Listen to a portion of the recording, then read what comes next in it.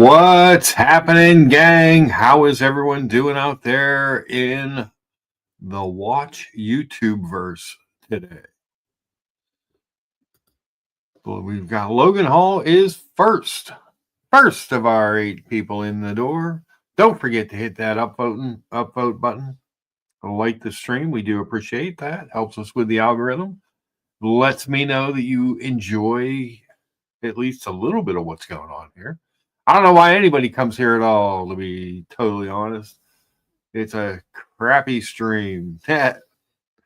But that being said, we did have breakfast. And as promised, I don't think it came out quite the same as some of the ones I've seen online.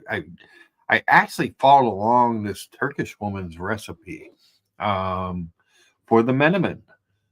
Which is basically just peppers, onions, tomatoes, and egg, and some spices and stuff. And then you dip your toast into it. The flavor was fire. I'm not gonna lie, the flavor was really good. I used serranos, Anaheim, and green peppers, and tomatoes, onion. Topped it off with little scallions. I can't remember what else I did. I kind of threw some seeds, onion, salt, garlic powder, or onion powder, garlic powder, pepper, salt. Is there anything else in there? Can't remember.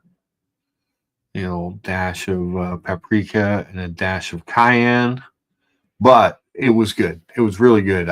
It wasn't as photogenic as some of the ones that I saw online. I think maybe I used the right amount of eggs, but I think it might have been too much egg. It might have been a little egg heavy, whereas everyone else's looked more tomato based. I don't know.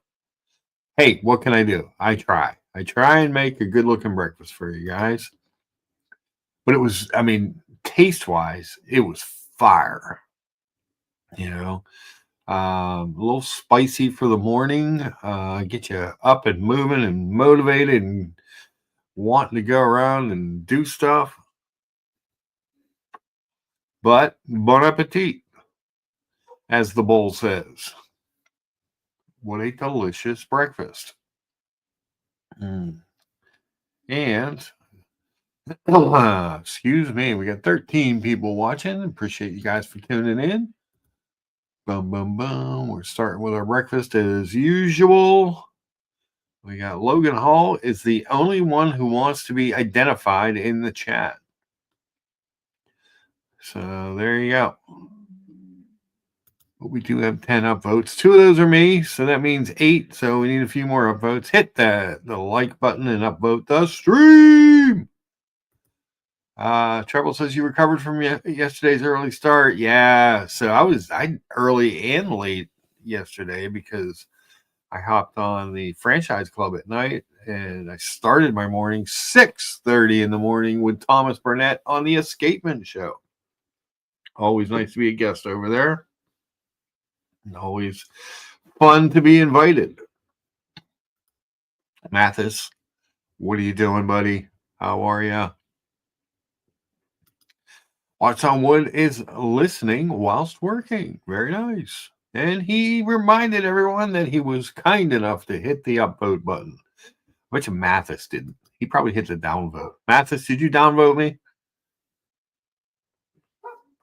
You sneaky guy.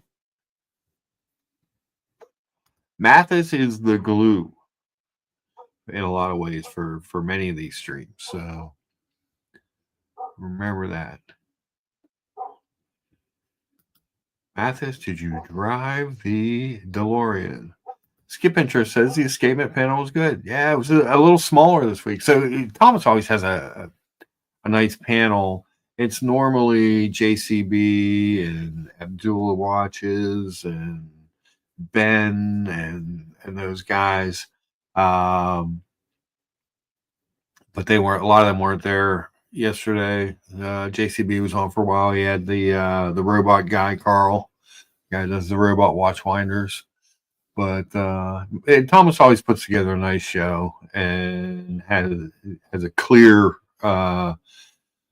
subject, which I always like. And he's got a good panel. So nice to represent the United States of America on his panels, because normally it's like England, Ireland, Australia, Germany, places like that. So Mathis says, never drop the leg, Lucha. Never drop the leg. Mathis would not drop the leg on the Lucha. He was asked to. He was asked to break the leg, and he wouldn't do it. Treble says, I skipped in and out yesterday, but the Irish Blue didn't seem to like much. Well, he was set up a little bit by Thomas, because I guess Thomas did like a little pre-interview with him, and what are some of the watches that you like, what are a lot of the stuff that you don't like, and Thomas, we spent a lot of time on the things that he doesn't like, some of which I agreed with, some of which I didn't. Yeah, everyone's different. You gotta.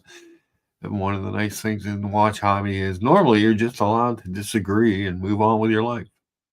There's a lot of things. John D comes on here a lot. John D and I, there's a lot of watches we don't agree on, a lot of watch sizes we don't agree on, but that's fine. We'll talk about it. He'll give his opinion, I'll give mine, and we'll move on with our life, and not have animosity. Isn't that really what it's all about? It used to be a time in the world where you could debate things. And even if you came away from that debate still not agreeing, you came out respecting the other person's opinion. And that's really, we've lost a lot of that.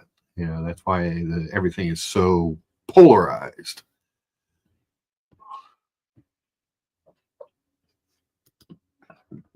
And a call ending with a pissed up Australian. Yes, absolutely. Yeah, and I went over to the. I didn't really contribute a ton to Curly's show. That was just more of a hang out with the guys for a little bit on the panel, have some fun, show my support in the time when they have been demonetized. What are you gonna do? It just happens. I'm going to drop the link if anybody wants to jump on the panel. Mathis, how did your lighting gig go last night? Hopefully well. And we're going to take a look at some breakfasts, because there was more. I've done more since I've seen you last than just the menemen. The menemen is really good. Like I said, photographically, like here it is in the pan. I don't know that it really came out like visually the way that a lot of the dishes I saw. So taste wise, freaking delicious. I may have used one too many eggs, and it might have been cooked just a hair long, because it's supposed to be a little. It was still pretty dippy, but with the tomatoes and stuff. But what do you know? Yesterday, this was fire. We had. Cheers, Bruce G. Good to see you. I made Loco Moco Hawaiian dish. Now, I treat it as a breakfast dish because of the egg, but I guess it's kind of an all-day dish over there or in the islands. But that is Hawaiian Loco Moco. So basically, what you have here is rice, burger, mushroom gravy, egg. So you would think, not a lot there. So I made the rice. I did a little bit of, I can't remember what the rice is called in the Filipino sea log, but I put a little garlic and oil in the pan after I made the rice and just sort of like cooked that through. And then the burger was just kind of a regular burger, but the mushroom gravy. So I cooked the burger on the grill. I'm like, well, how am I going to make a gravy for this? So I started sauteing down the mushrooms with a little bit of soy sauce and some garlic and some freeze-dried scallions, or freeze-dried, not scallions, something like that. And then I put I took a mixture of, there were some spices I threw in there, and please don't ask me what it was because I don't remember. That's a lot of the ways I cook sometimes is just by ear and by taste. I'll get to you here in 1 second, Billy. As soon as we get done describing the mushroom gravy, we'll get to the Rolex talk. Um, so the base of the gravy, so I hit that with a bunch of flour, made a little bit of a roux in those mushrooms, and I added soy sauce, a couple splashes of Worcestershire sauce, oyster sauce, and hoisin sauce to make my gravy. And so a little bit of an Asian flair to the gravy. I top that off with green onion and cilantro, and of course the egg. So I figured, well, Hawaiian is a little bit of a Polynesian culture. If I kind of leaned into the Asian influences there, I can make a delicious gravy that would go with the Loco Moco. You know what? It did. It was really good. Not gonna lie, it was really, really good. A couple more pictures of it, but yeah. Delicious. Freeze dried chives. That's what I put in there. My brain sometimes. My brain. We have renamed the Omega Seamaster Professional Planet Ocean the Omega Seamaster Professional Arctic Ocean because it's freaking cold. Tired of the cold. And waste not, want not. So I made some more breakfast tacos because I had some of that stuff.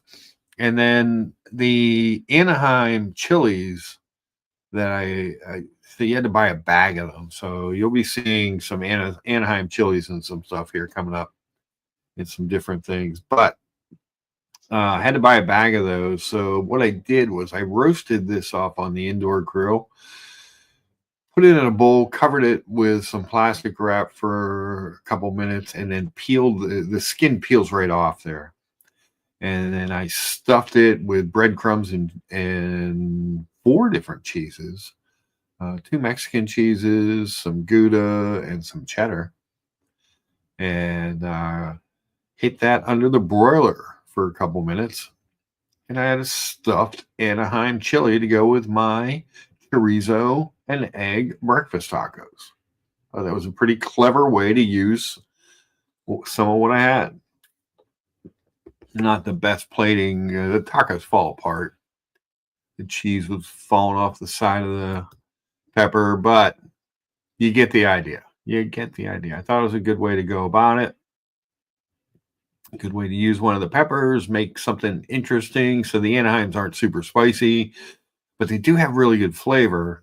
And then when you meld those with that cheese, done. Buckley says, Bills Mafia. Bills all the way, he says. Damn. We'll get to our pick. We'll see if George comes on later. We'll get to our picks. Logan Hall says, cilantro provided by LHGS Cilantro Chopping Services. That is, in case you didn't know, the Logan Hall Grill Streams Chopping Services. So Billy was talking here about his local Rolex AD. That was part of the subject for today was Rolex. But, I'm not a slave to the subject. Probably works against me, but what are you going to do? He says, my area, Rolex stores have removed exhibition-only signs. The stuff in the window is now for sale, but it's mostly all gold watches, no stainless steel. And I've seen a lot of that, but no steel watches, only solid gold watches for sale. I guess gold watches are going to have a hard time with the new price, too. I'm guessing within 6 months you will see stainless steel summer in the windows again. Maybe. I think what you're going to see is them trying to leverage those gold watches, leverage the stainless steel watches by forcing two-tone and steel on people because they need to move those, The ADs can't be stuck with that high-end inventory and just selling the stainless steel because they're not allowed to sell them for over, but their leverage is you need to buy something else. Um, and that goes it goes for a lot of different things. I mean, as big of a mega fan I am, and one of the things I always say about most omegas is that you can go and just buy one, but there's some omegas you can't just go and buy, like a Snoopy, or or a 321, and you will be forced into doing other things. Mark, who do you think will retire after this season? I'm not sure. I really haven't. I don't know that anyone on the Steelers is retiring, and that's who I obviously pay the most attention to. But it is. There's always a few people that retire. There's always a couple surprise, like younger people who retire who just like, football's hard. Football's hard on the body, hard on the head and the brain. And a lot of those guys, after a couple few years, you always see some of them that retire a little bit earlier than you would normally think, because it just doesn't seem worth it. Trevor says selling all gold is going to be tough. Yes, it is. So how do you sell the all gold watches? Right. So what's your game plan as a Rolex AD for selling gold and two-tone watches that aren't nearly as popular? Well, if you can afford all gold watches, can you afford an all gold watch and a stainless steel watch? Yeah, probably. So does that mean that those hype stainless steel pieces are going to be going to people buying gold watches? I believe that is going to be the case. Would make sense. It would only make sense. It's their only play. It's the only thing that they have to get rid of those. And then you're going to see a glut of gold Rolexes on the secondary.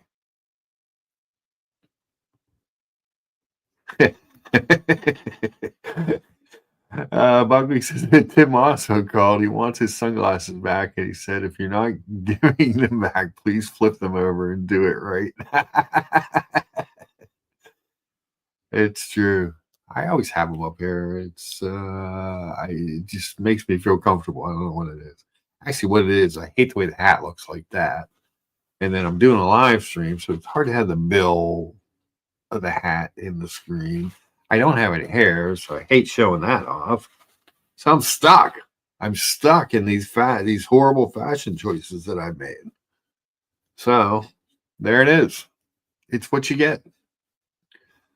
I believe the pilot is not going to be like limited or rare or hard to get. I'm sure that early on, when there's more demand, that you may have to wait a little bit, but I don't think it's like a wait list per se item. You know, most Omegas you can just go buy, or even if you have to wait a little bit, if there's something specific that you want, you can get. It's the 321s, the Snoopy, stuff like that are harder to get, that you may have to do a little bit of work for, or a little bit of buying other stuff to get.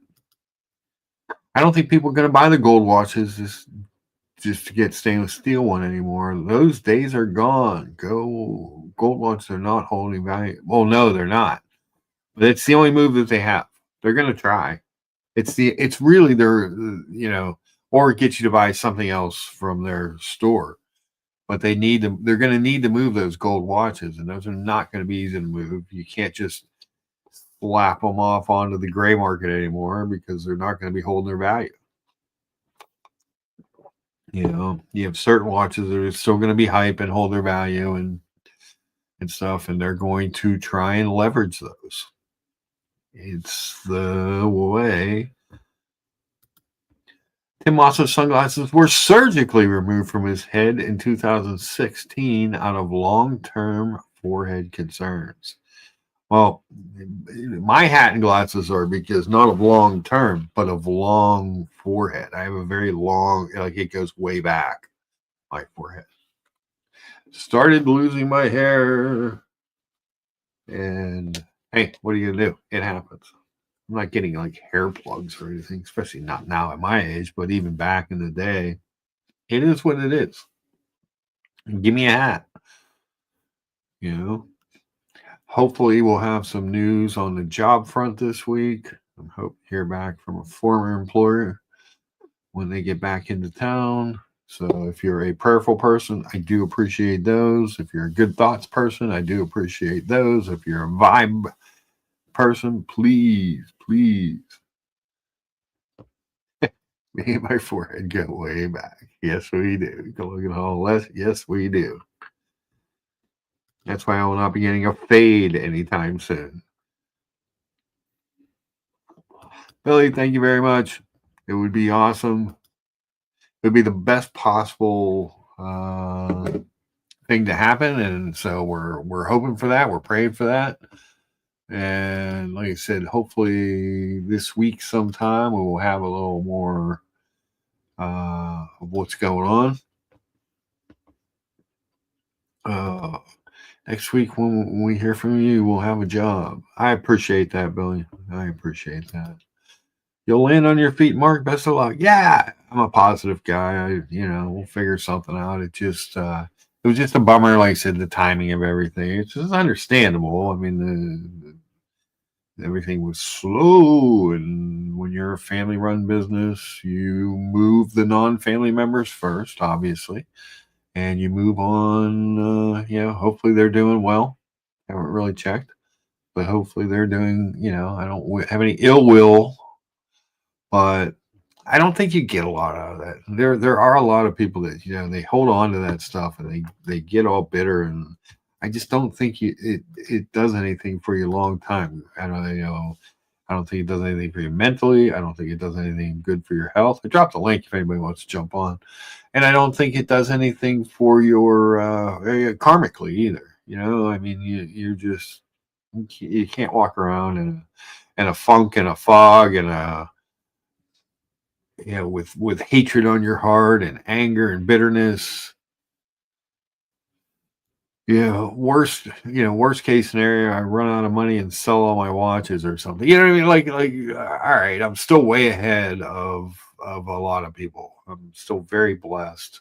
I've got a lot of good things that happen in my life, but I have mom with me, and she kind of depends on me, and I have a dog and a couple cats that depend on me. So we'll get it together and make sure that we're keeping everything afloat. I mean, I've got a roof over my head. I've got beautiful watches. I've got a goofy show that at one point today we had 26 people watching early on. Within the first 20 minutes. I mean, that's just crazy to me. It's crazy that people come over here to watch this. What are you gonna do?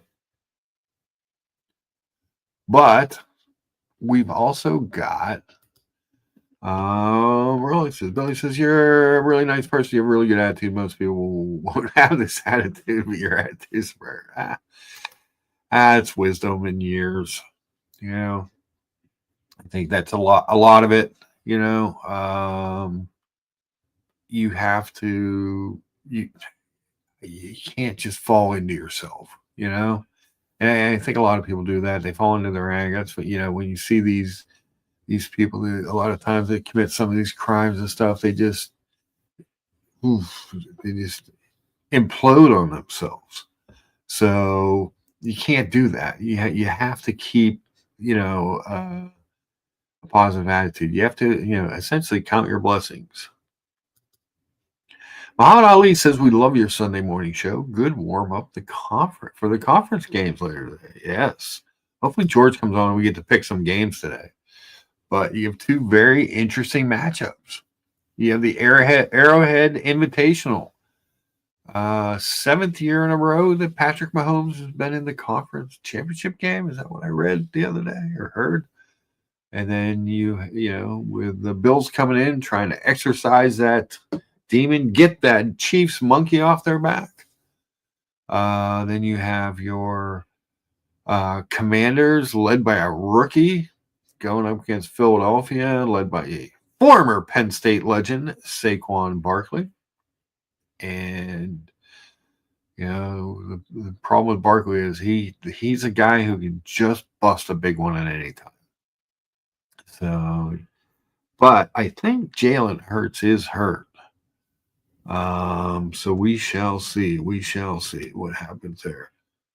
Mathis says the Bills always fold. Ooh, there's some Bills lovers in the thing. We got a super sticker from Billy. Let's see. I have to go over to YouTube to see what it is. Pardon me. I don't know why they don't show in the StreamYard. It's a super flying blue pair. I love it. Thank you very much, Billy, for the $10 super sticker. Thank you very much appreciated. Oh, I forgot to check. How many upvotes do we have? Let's see the upvotes. 20 upvotes already. Cool. Thanks, guys. We like to get into the 40s. Last couple of weeks, we've gotten into the 50s. So thank you so much for that. I do appreciate it. You guys have no idea what it means to me that you guys come over here and chat. And that we get good guests and that we have lots of stuff going on. Muhammad Ali says, busy time at work for me, but I get to go to Chicago in March for work and then Watches and Wonders in April. Oh, very cool. Say hello to Thomas Burnett for us. If he can. Last year, one of the highlights of the show last year was Thomas Burnett just appearing out of nowhere to show us around a couple of booths at Watches and Wonders. So if you see him, Muhammad Ali, tell him to come jump on the stream. Show us around again. That was kind of cool. The Bills always fold. Remember my words, says Mathis. Hurts is living up to his name. Yes. Yeah, I think he's hurt. So we shall see what happens there. I will keep dropping the link. I do have the link to the PayPal pinned at the top for the Cobra money, which I have to pay this week.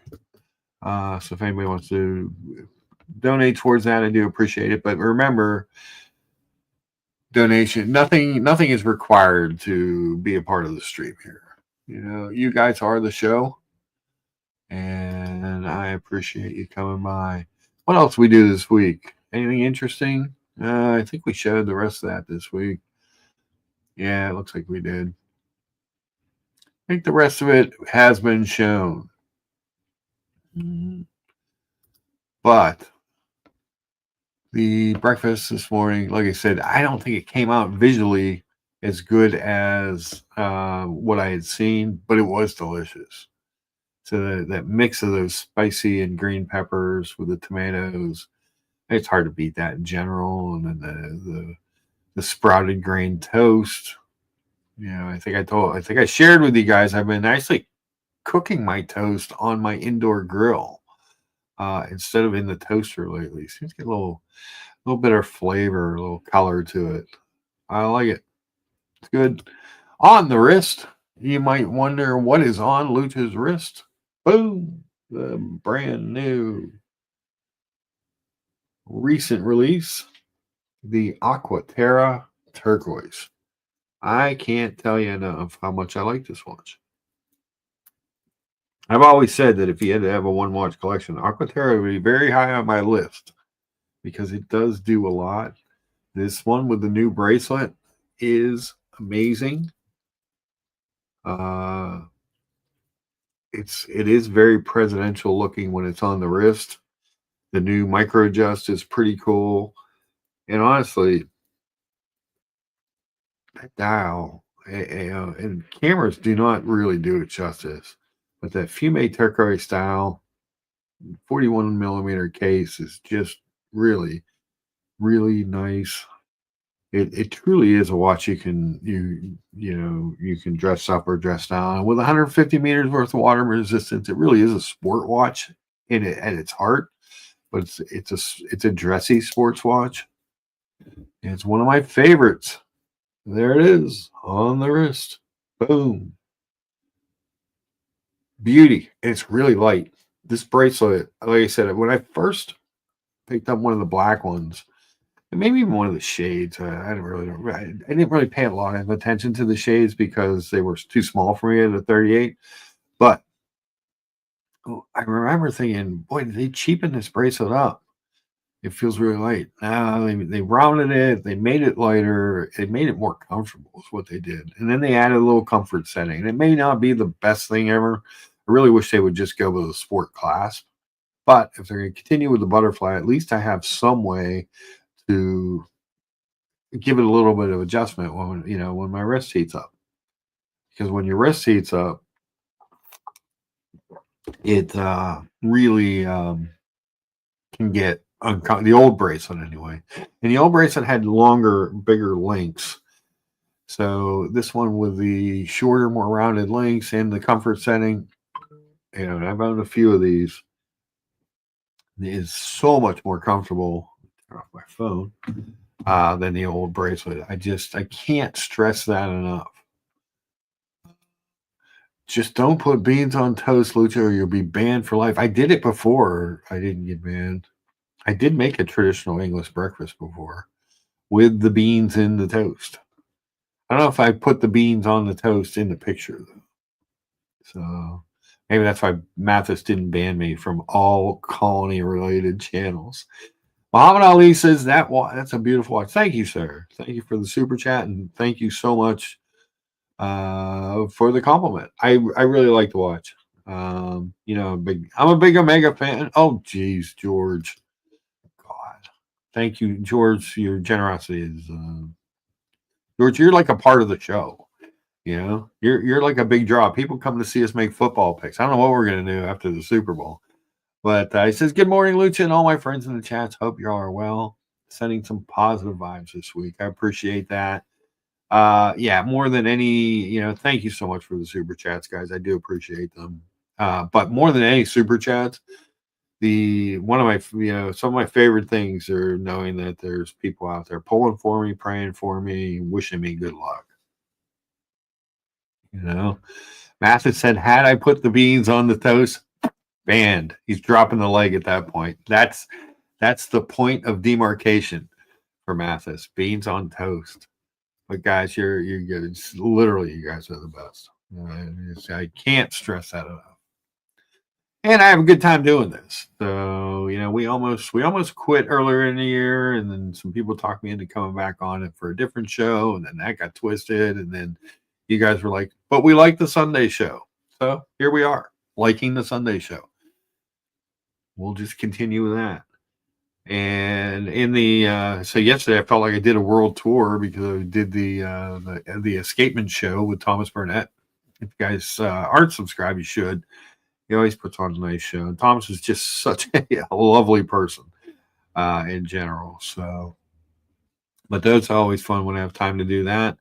And the franchise club, the now demonetized franchise club, but still moving along. Geez, there were well over 100 people watching that stuff earlier. So check it out. Support those who support you. Speaking of support, George.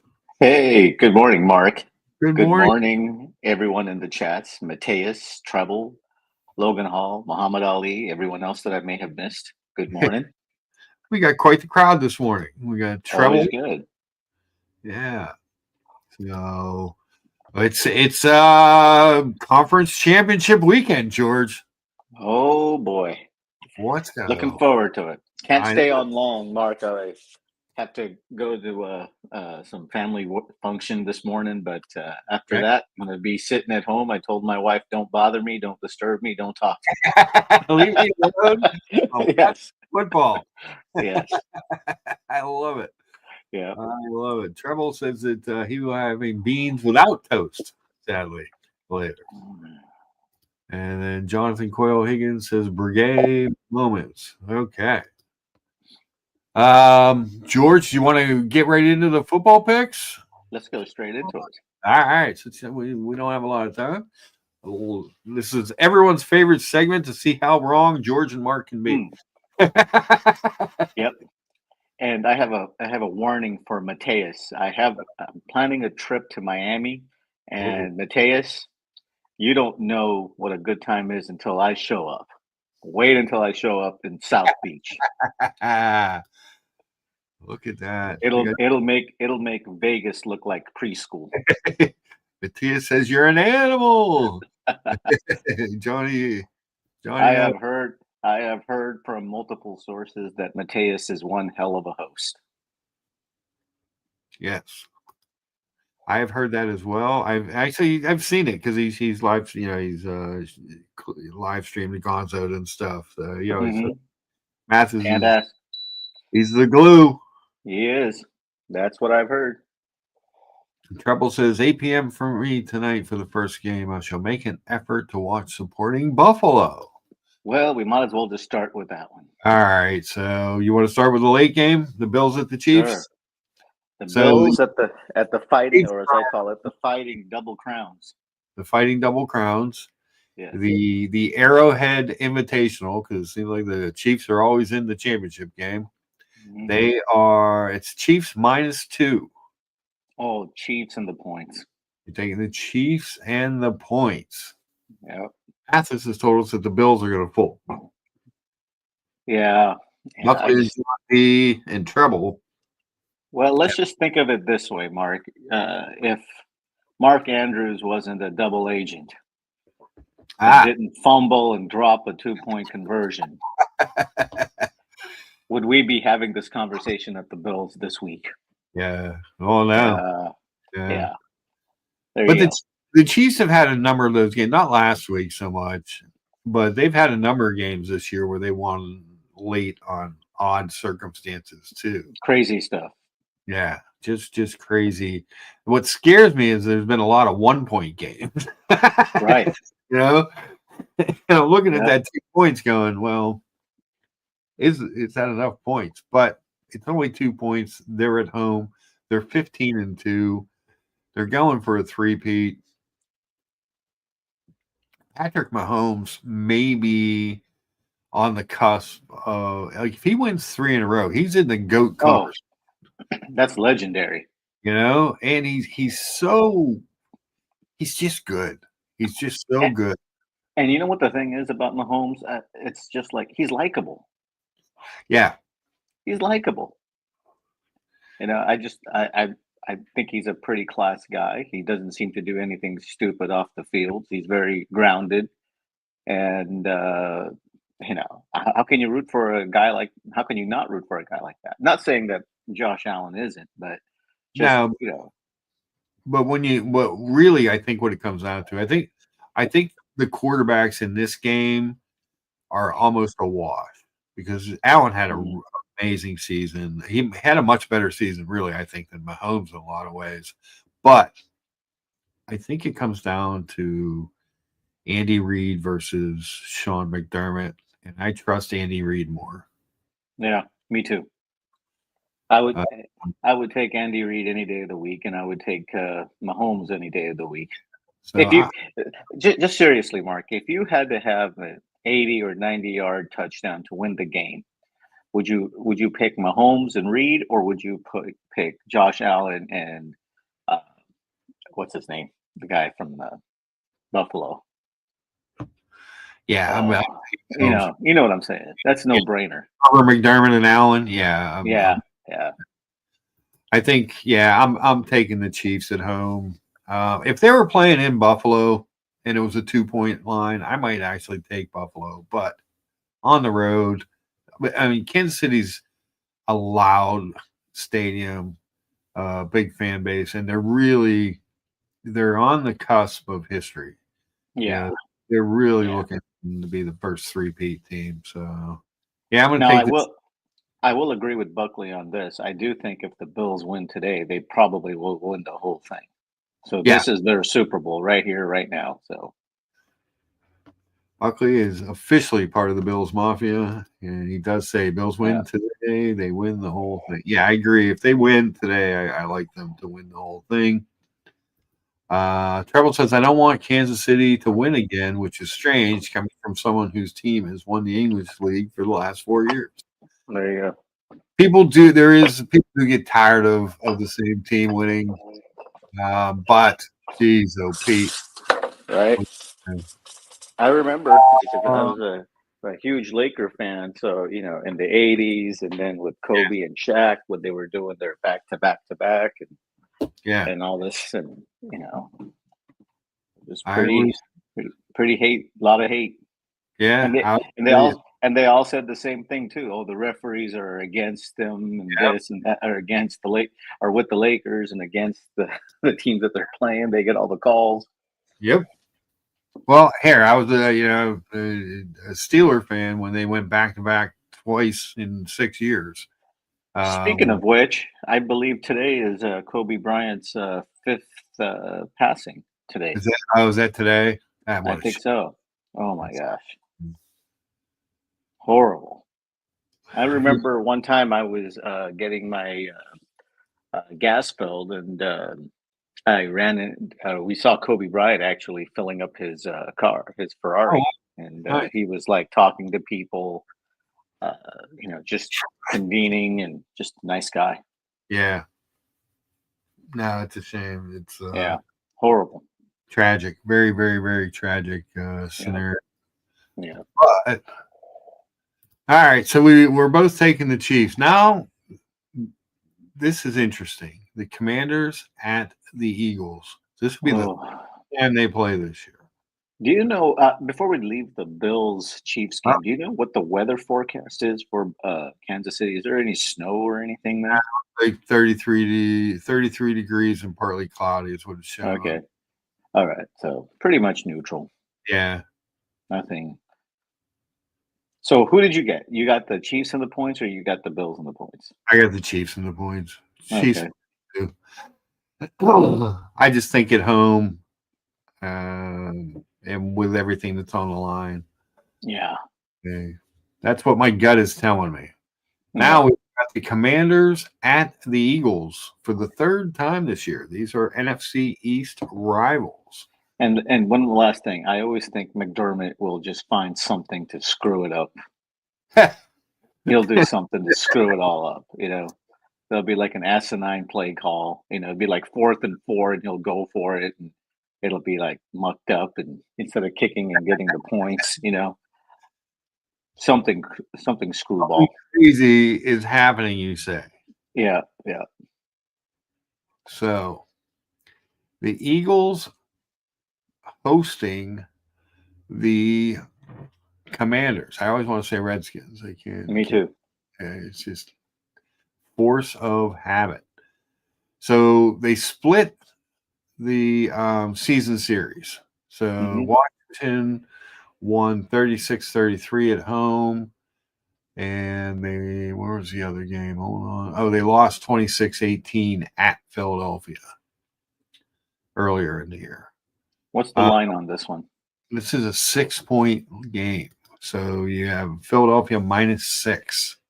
Ooh, I'll take I'm, the Commanders. I'll take them to go to the Super Bowl. I think, I mean, Jalen Hurts is not well, but, even when you stack it up, it's hard to stop Saquon. He can just bounce one and just be gone. It's a tough game because they won by more than 6 at home, but I think they were healthier then. That was in the middle of the year. Whew. I think 6 is a lot in a championship game, especially for two teams that are meeting, from the same division that are meeting the third time.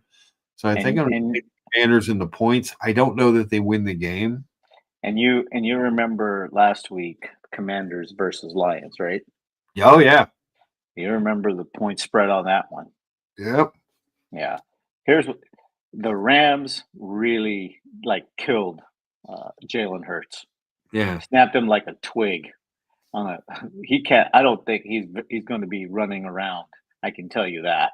yeah. And basically you stack the line and you make him throw the ball in the pocket. Let's see. Buckley says Trump is back. DEI is dead. Trickle down theory. Swift is done. Annoying women whoring out for instance for Swifty's boyfriend are going back to the E network Bills Mafia. Well, there you go. There you go. Yeah. Out Loretta. Buckley, but Mathis says, Buckley, if the Bills win today, they will flop in the Super Bowl. It's destiny. Mm. And Yeah. Mathis, you owe Buckley 50 push-ups for that hot take. Should be good games though, but I got it. I'll take the Commanders. I just think they're healthier going in. I think I think Dan Quinn will figure a way to contain Saquon Barkley, stack the line. Just don't have have a couple of breakout runs, and I think they'll be fine. Speaking of which, let me see the game that Washington won. Let's see if I can pull up the box score on that game real quick. Just see what they did. Yeah, here it is. Let's share that tab. Oh, so Hurts didn't even play in that game. He played a play. That was the game he got hurt.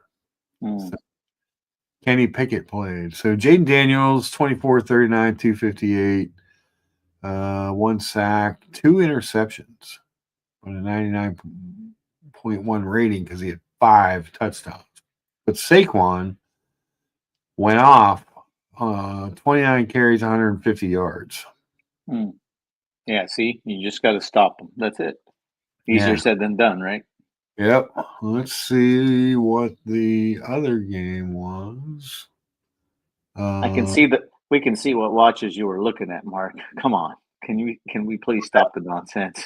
What was on there? More. It looked like IWCs. Oh.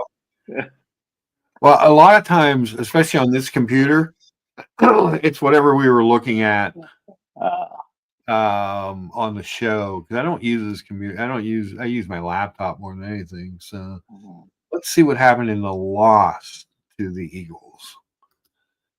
So they lost 26-18 earlier in the year. Let me pull up the box score on that one. So in that game, Hurts played. He didn't have just a game. But again, 26 carries, 146 yards. So Saquon's averaging 148 yards a game against the Commanders this year. Oh, that doesn't bode well.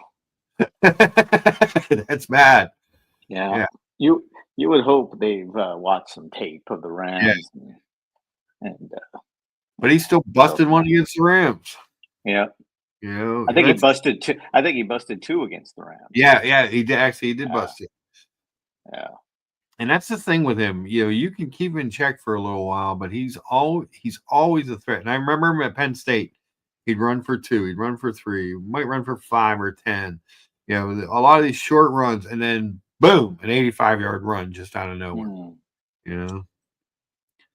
Dear Artifacts in the chat. One of my favorite artifacts, the dear one. He says, big sports day, Mark, football, and the finale of the 24 Hours of Daytona. Yes. I didn't even know that was going on. I didn't even know that. Yeah, who knew? Treble's picking Washington because he knows nothing.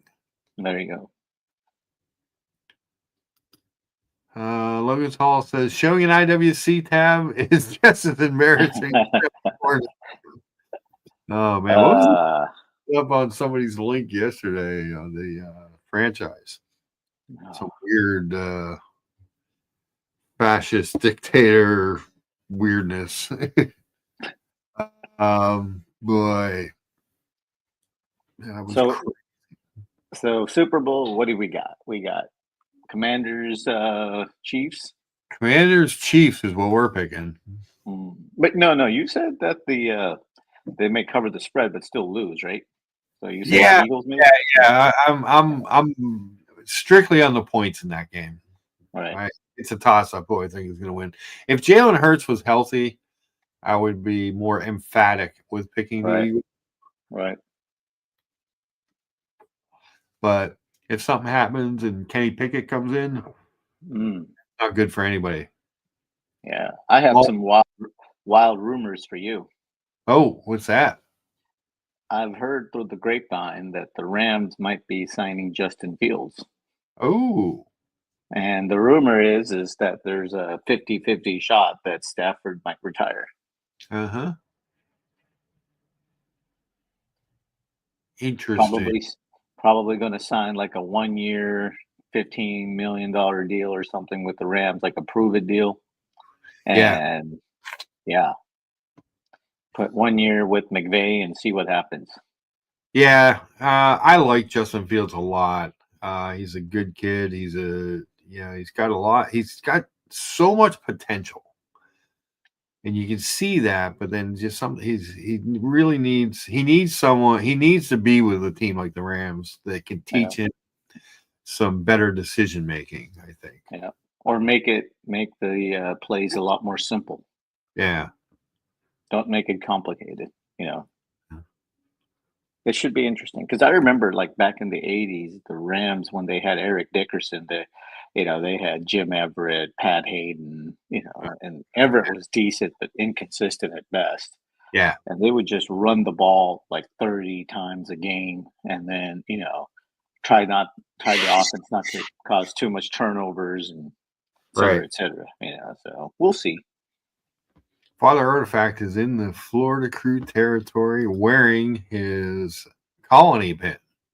Very Oh, nice. Very, very nice.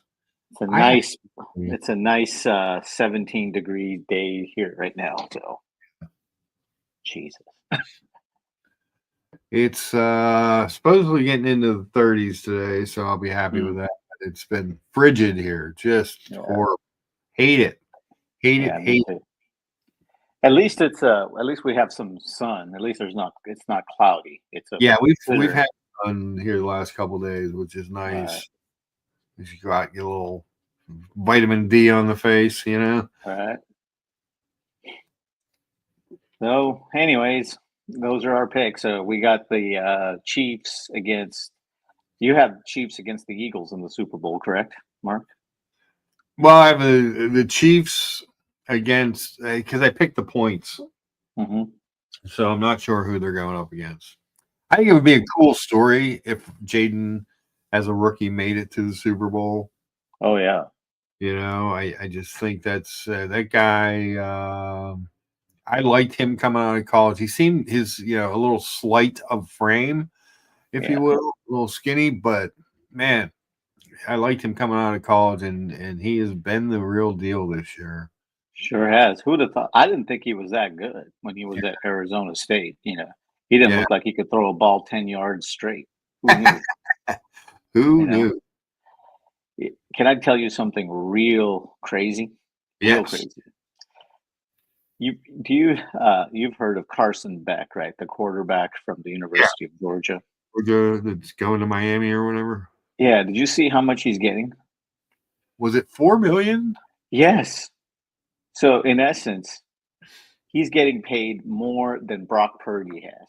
Yeah. That to me blew my mind. Well, I was watching I can't remember the guy's name now. He's on Cowherd's thing a lot, college football guy. Hmm. And he had his way too early top 10 college football teams for next year. And he picked Penn State number 1 because they have all these people coming back, Hmm. including Drew Aller and the running backs and a bunch of defensive guys, most of their offensive line. They've got another stud tight end. Um, he's talking about the fact that they have all these people coming back. They're going to have experience, blah blah blah. But in my mind, I'm thinking, what are they paying these guys? Yeah, What are you paying someone to forego NFL contract? So Drew Aller would probably be third, fourth, fifth round pick. He's a decent mm-hmm. prospect, but he needs some work. Hmm. So if he gets that extra year in college, if they're paying him enough to stay, and he gets that extra year of seasoning experience, he could also potentially move up the draft board. But all these guys coming back, they're not coming back just because they love Penn State, which I love Penn State, but I'm sure that they're a little bit. Oh my God, we got beans on toast. Brian. I'm here to support my British friends, and I'm also here to say, George, thank you very much for not being a urologist, because at least your pain is manageable. Oh, Oh my god. Oh my god. and there you have it. Yep. There you go. And I'm going Chiefs all the way. You're going Chiefs all the There way, you go. all the way for the three-peat. Yeah. It's a big story. It's a Big story. Yeah. It's never been done. I mean, it's never been done. So yeah, that's oh, dear artifact. I remember those days. He says you missed the net on the lake, playing shitty hockey on the lake. You have to skate a mile to go get to this, but yeah, they just fly away. Well, Got many pucks just in case. But yeah, it's curious what these guys are, are getting paid to stay, because a lot of them are staying, Yep. It's unbelievable. I thought I would never see the day. Yeah. $4.5 million, and that's just for 1 year, Mark. That's crazy. Jeez. Anyways. Yeah. Well, I've got some chores to do around the house before the game, so you're in good hands with Brian here, I think. Well, I'm in hands anyway. Yes. Mark, as always, I'm sending you some great vibes for this week, my friend. George, wishing you the best as always. You bet. Everything. You guys are the best. Thank you. Brian, have a good week. Take care of yourself, okay? And behave. No. Bye-bye. Never. Not going to do it. Right. Take care. All right. See you, George. Oh, man. So there's the picks. Everybody loves the pick section, Brian. All 12 of them? Well, no, just 2. Yeah, all 12 of them. What do we got? We got 25 people watching this. Huh? Guys, we got 27 upvotes. Please, if you haven't hit the like, upvote the stream. We do appreciate that. So yeah, I got well, it's a tough game in Washington. When I look at those 2 games and see Saquon Barkley just running all over them twice, do they have an answer for him today? I don't know, but it's going to be cold. Yes, that much is true. Whatever happened to the good old days of when it's cold, a ground game is important. Yeah, I know, right? It worked last week in the snow. Oh, it's going to be 40 degrees in Philly today, I think is what the weather said. So it's not too terrible.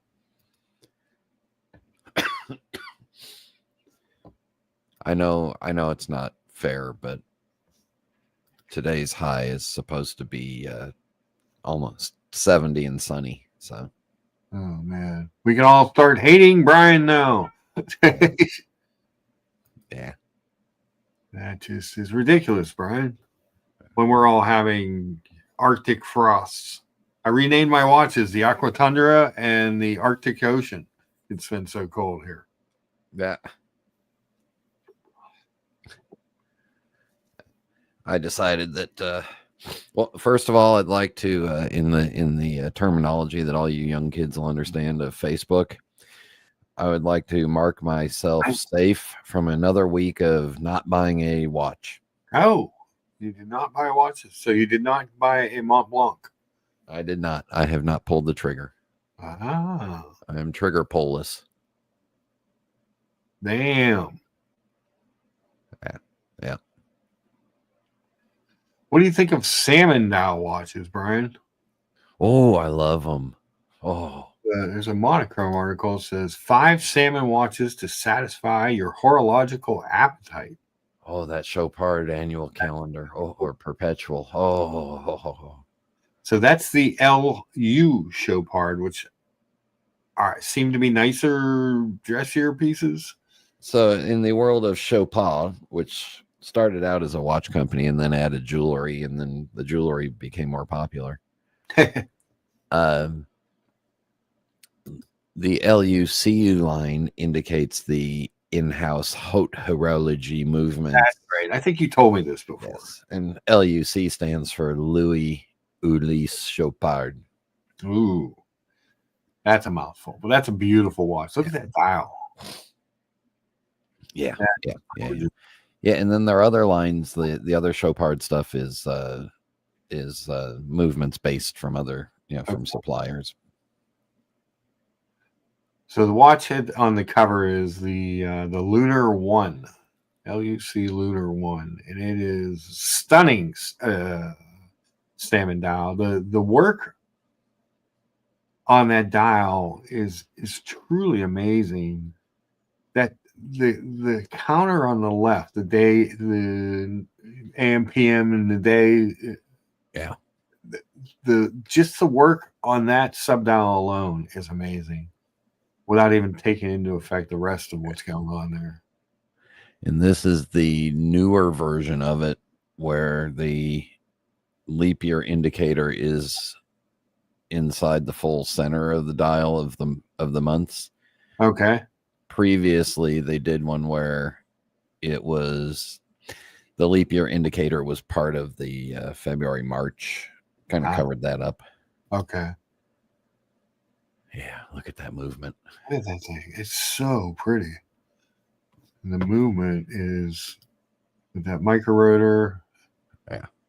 That's a stunning piece. It's a stunning piece, I gotta say. So you want to hear so something that I love, some salmon dials. Okay. Is with my skin tone. Mm-hmm. When I get a little bit of color on my arms, it was hard to see the dial because the dial just blends right in. Yeah, it just disappeared. You have that. Here's a watch I've never been sold on. Oh, and Treble told me to piss off. Ah, there you go. And I will eventually, but I'll also say that I won't have to pre-warm my hands before I do take a piss. Ooh. Low blow. Yeah. Haha. So, Yeah, see how that salmon kind of blends into the guy's skin tone? So you're saying yours gets to a point where it just... Yeah, it almost looked like it vanished. I know Buckley owned one of these Octo Finissimos. Yeah. I never understood the watch, why it needs to be there. I mean, 15,000 euros. It's 80,000 less than the LUC, but yeah. Well, one's a 3-hander in stainless steel, and the other one is a perpetual calendar moon phase in precious metal. Yeah. So there's your difference in price. Let me see if I can get you a link to... Oh, smoked salmon? I don't know if this counts, Brian. This Moser. They're calling this smoked salmon. I'm sorry, but I don't trust the Germans when it comes to Jewish food. I'm not seeing salmon. It's not that I hate the watch. I don't see anything that would make me call that a salmon dial. Let's see, Frederic Constant. These guys, this is a $2,000 one. This is a pretty watch for $2,000. Beauty.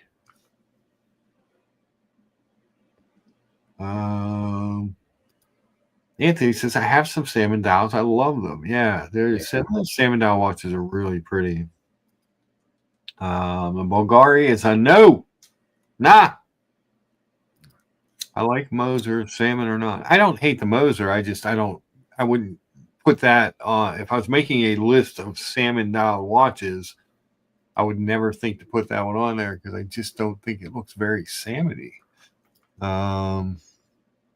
But this Frederic Constant is a beautiful watch for the money. A little bit of decoration on the back. At least you can see it. 50 meters of water resistance.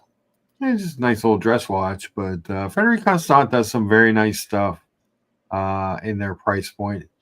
Here you go. Here's a big boy, the Patek Philippe 5236P. That's a big boy salmon watch. Yeah. Here's Now, in the private chat, I'm sending you a link to the watch that I owned that vanished on my skin. Very nice.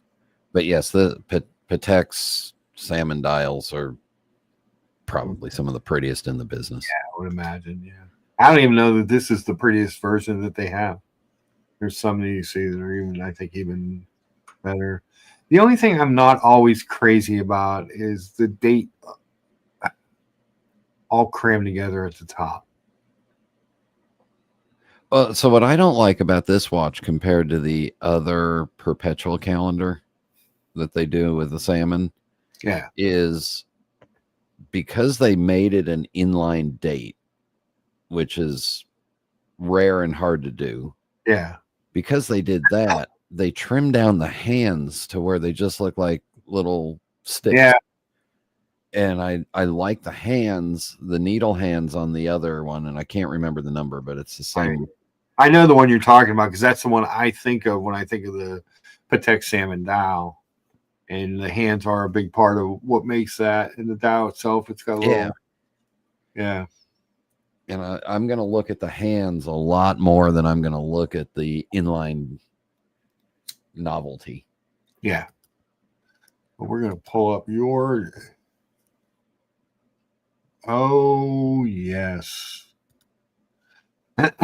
See, I don't know why this isn't in the article, but a smoked salmon Mosier is. Because nobody likes Laurent Ferrier.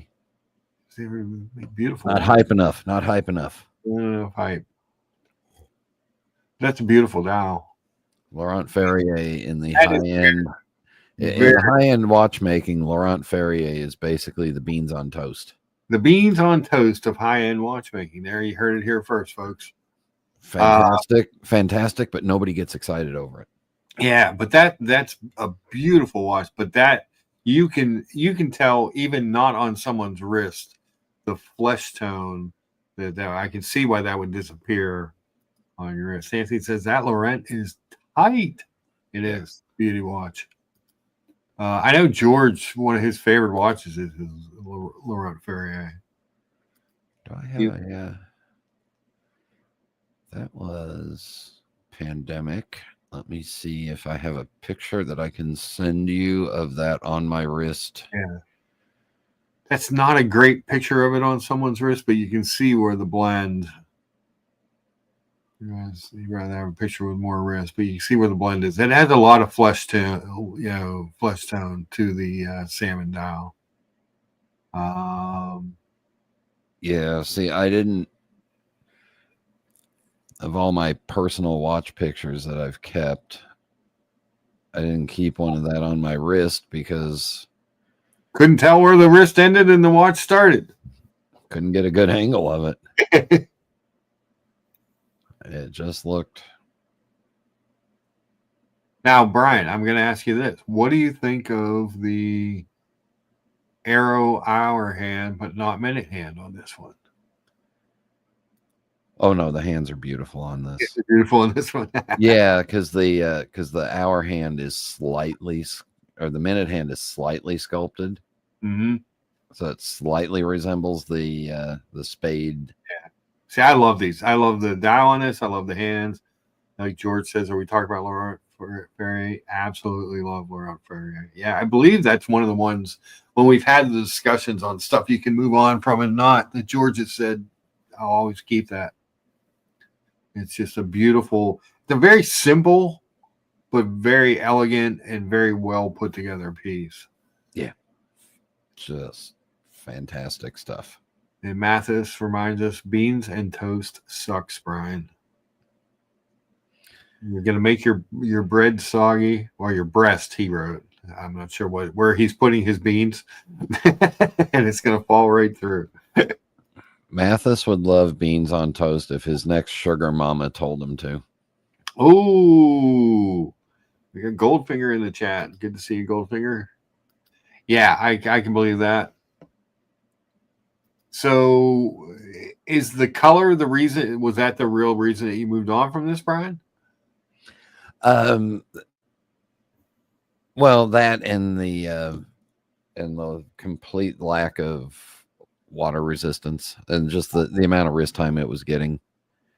And I could take a little profit on it because I bought it 2 weeks after the world shut down. Oh, okay. There you go. And then I owned it for about a year. But it was also when I started to discover that I really like at least a date. This is just kind of pre GMT, Brian. Well, I'd always liked the GMTs at that point, but yeah, this was pre me. This was me trying out a 3-hand high horology. Okay. Now, is this the watch that you bought? Yes, this is it. Shut up. Move on. Shut up. Just checking. I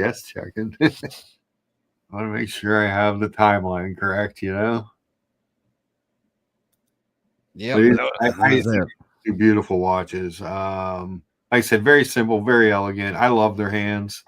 That's why I actually asked you about the hands, because I think they're just almost perfect looking. Yeah. Yeah, but it was a great learning piece for me. Okay. I found the Laurent Ferrier hands on this dial were a little hard to quickly glance at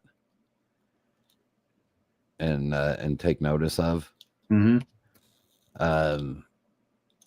At that point, was I wearing glasses full time? I don't remember if I was wearing glasses full time or not at that point. Okay. But I learned a lot by owning this. And at the time I bought it, I think I had like 21,000 in it. Yeah. Had I known?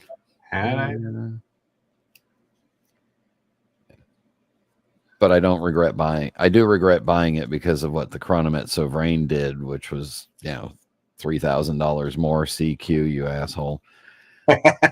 And then went up to 4 times that. Yeah. Yeah, there's a watch that's legible, beautiful color. This is what I think of when I think of the Patek Philippe Salmon dial, the 5320G. Look at me speaking in code. But yeah, that is just a beauty. You're right. One of the things that truly makes this so much better are the hands. Yeah. Yeah, if you compare it to the inline version, the hands just are killer. Yeah, the syringe hands are just beautiful. So I can definitely see what the attraction is there. And I like the ivory dial version of this one because the ivory sets off from the white hands nicely.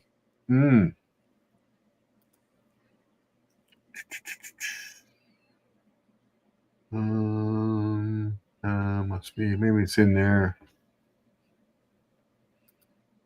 Should be in there as a dial option. Yeah, let's go back. See what we got here. That's different.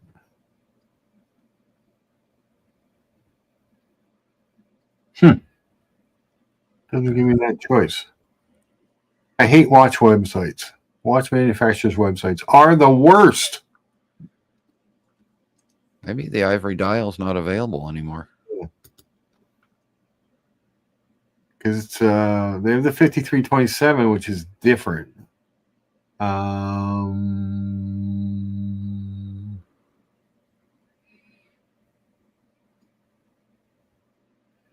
Yeah, I don't have a white gold diamond encrusted one. Rainbow options. Oh well. What are you gonna do? I still say my favorite is just this simple. We've talked about this before, but the 5226G. I just love that dial. And again, you have the hands.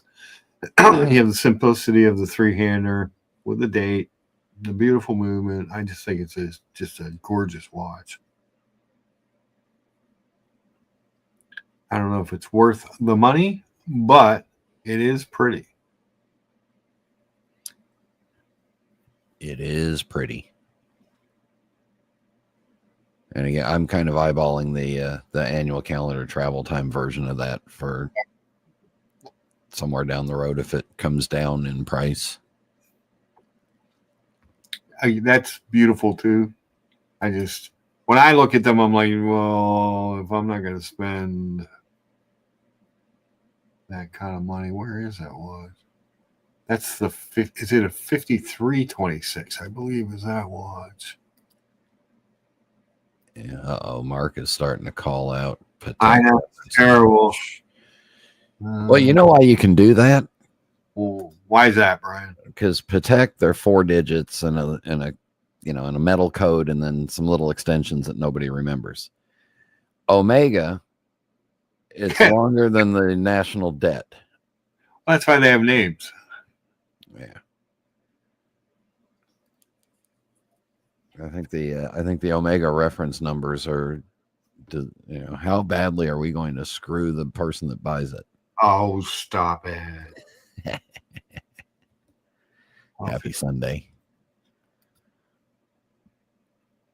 I had it backwards. I was dyslexic. It's a 5236. No, it's in blue, but maybe not. Huh.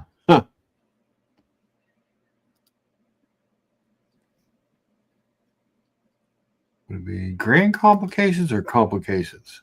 They still all have their own weirdness to them. Must be under complications because it's an annual calendar. Okay.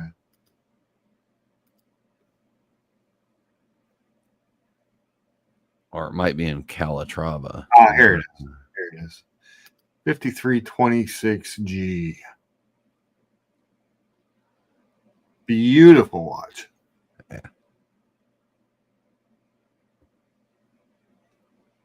Much more complicated than anything I'm ever going to do, but hey, let's watch a video.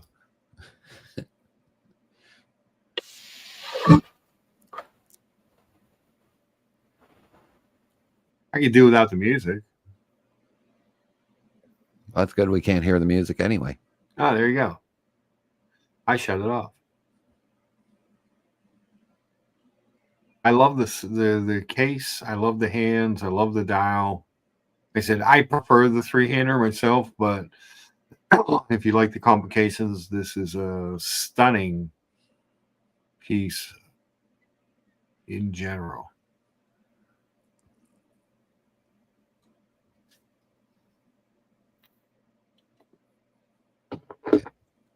What do these go for on the secondary, Brian?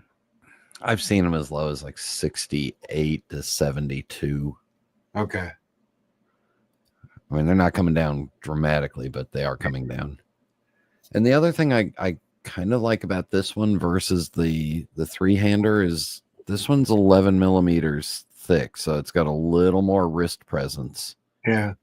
Where the other one's 9 millimeters, so it's going to lay down on just a little bit more. But you get the moon phase, you get the annual calendar, and you get the travel time.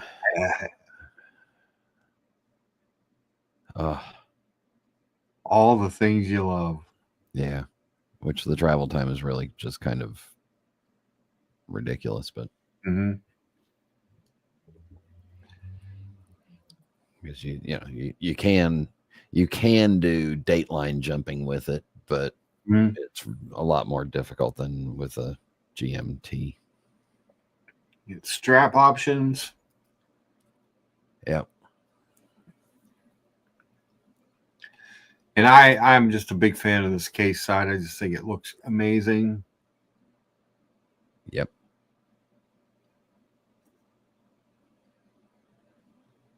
Beautiful, beautiful piece. And again, with Patek, if you, they have some fantastic custom strap options that you can order directly from them. You can get all kinds of little stitching changes and colors. And Caldy says, but it's a dress watch. I know it is. It's like the only dress watch I really. The 3-hand version of this is when I look at when I see it, I'm like, it's just sporty enough for me, but very much a dress watch and just a gorgeous, gorgeous piece. You can't shut off everything in your life just because it's a dress watch. But that being said, I'm surprised to see that you didn't buy the Mont Blanc, Brian. I really thought that you were going to do it. not yet. Time will tell. Yeah. I mean, the good news is that I've been busy with stuff, so that's kept me from just death scrolling watches for sale, which is where I get into trouble. Yes. I had to send my AP back to European Watch to have them fix it. Oh, what happened? It had the AP chronograph issue where it wouldn't reset to 0. Oh. Now, does it when it won't do that? Does it work at all, or it just won't reset to 0?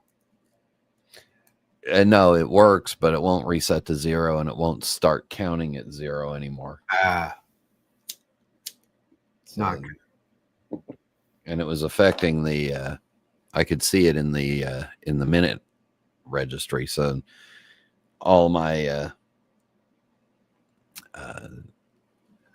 everything was starting at 1 minute. Okay. Hello, Cal D. Cal D says,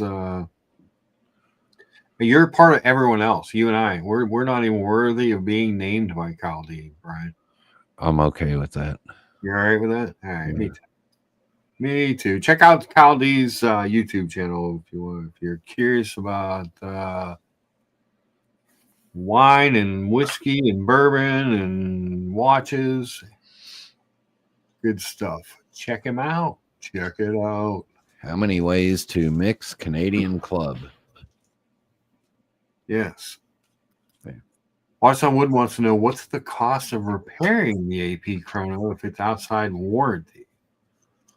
Oh, well, you're still under their warranty, right? Yeah.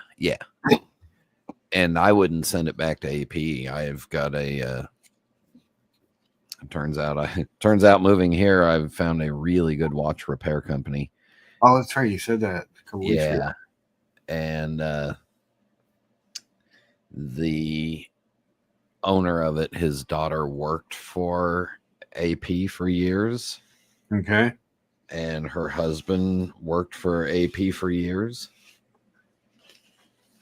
So they have a lot of AP knowledge. A lot of experience. Yeah. Very nice. I would imagine, though, if I had to send this back to AP out of warranty, that it would be $1,500 to $1,800. Yeah, and that's something that we don't always take into consideration when we're looking at watches. The cost of repair, especially when you're looking at stuff that's already out of warranty when you buy it. Because it's a pain in the ass to deal with a manufacturer on a warranty issue. Not that they don't repair them or they try and get away with making you pay for it, but it just the time involved is ridiculous. Get your watch back. Well, that was the thing that got me with the Swatch Group. Yeah. My first thing was the fact that they just screwed me around on 2 Blanc pens that were in service. One of them was One of them was with him for almost 12 months. Jeez. Took him 9 months to not fix it right the first time and then send it to me, and it arrived with a marker floating around on the dial. Oh, that's right. Yeah. So then it took 3 months to replace the dial and the hands because they'd been scratched from the marker floating around in there while in shipping. Yeah. As you would expect it would. And you got to be careful too, because I sent one other watch back to them directly, Mm-hmm. and they gave me some blowjob answer on what needed to be done to it, and I said no, I just want it mechanically operational, just a movement service, and fix the reason why the rotor's not winding. Yeah. And they said, oh, well, we have to do a full service and we have to do all this. So I said, send it back. Yeah. So I took it to a couple local guys, poked around. Nobody could do any work on it because they got the Blancpain has all the parts locked up. Oh. So then I went to the Blancpain AD and said, can you send this in for me and tell them just a service? And they told the AD after they got the watch that they needed to replace the end links on the bracelet. Otherwise, they couldn't service it. Oh. I said, how the hell does the end links on the bracelet have anything to do with the movement? Yeah. So I said, screw it. So I sold it damaged, not running to somebody. I lost a little bit of money on it and buggered off the whole brand. Austin Wood says he was in quite a bad car crash earlier in 2024. He was wearing his Railmaster Omega, got hit hard, noticed a metal flake under the crystal. 2 weeks later, Omega serviced it for free in 4 weeks. That's awesome. I remember the JLC, they had that for a couple, 2.5 months. But then if you remember when it was getting time to where I was supposed to have it back, they said, oh, well, you may not get it back for another 2 months after that. I was like, whoa. And I pitched a fit. And they put me on the express list. Brian, what is the estimate on the repair? Is there an No, under warranty, right? So yeah, European Watch is paying for it because they give you a 1 year or 2 year warranty with everything.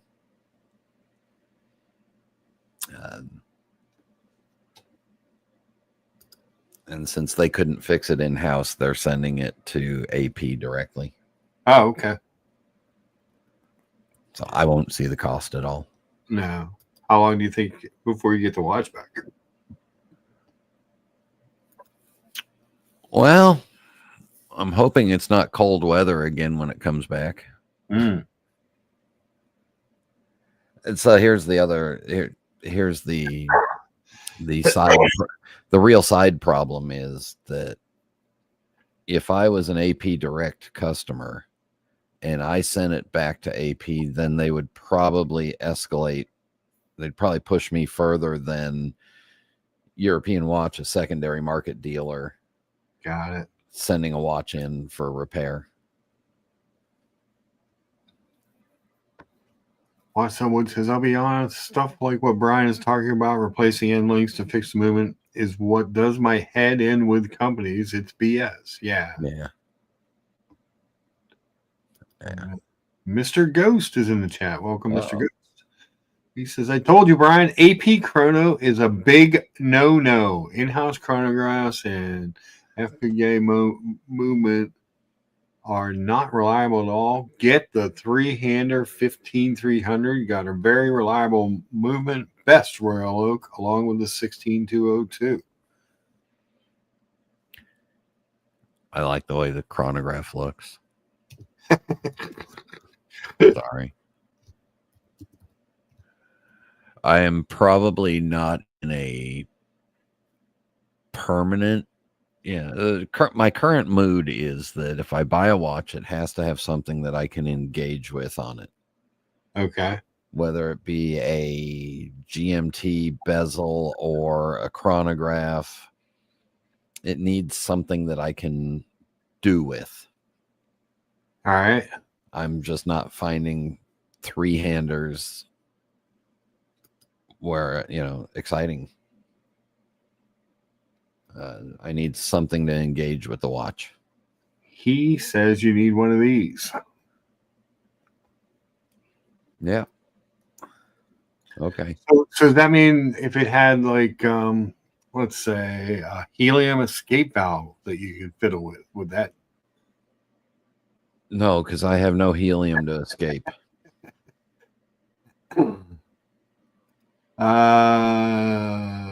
Does AP still have the program if your watch is stolen, they will replace it, or did that program not take off? I haven't heard anything about that program in a long time, actually. I don't know. I remember that was a big deal when they announced it, but then it just sort of faded away. I need Boston Collector to hop on the stream and let us know because I don't know. We'll drop the link again. Yeah, he needs to defend his love of AP.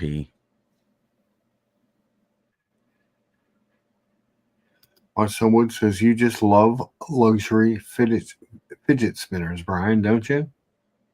Yeah. And Mr. Ghost says no, the program is not going on anymore. Okay. Yeah, that was such a big deal when they announced it, but then it just, I just never heard anything more about it after that. That was like 2 years ago, wasn't it? A year and a half, 2 years ago? Yeah, something like that. Interesting. Very interesting. But Mr. Ghost says you need a nice, beautiful three-hander like this one. If honestly, if I was going to pay this much for that watch, I'd buy the Patek three-hander with the date on the the one we both like. The 5226. Yeah, because you can find them for $35 on the gray market now. And I would do away with the bracelet of AP, and I'd have a class. It makes this watch. That's my favorite part of the Royal Oak. Actually, is the bracelet. The dial's just the dial. It doesn't really. It really. I don't know if the PRX ruined it, but it just when I look at the dial, it's just like, it's just a dial. But the bracelet is beautiful on these watches. I think that's for me would be the attraction. Yeah.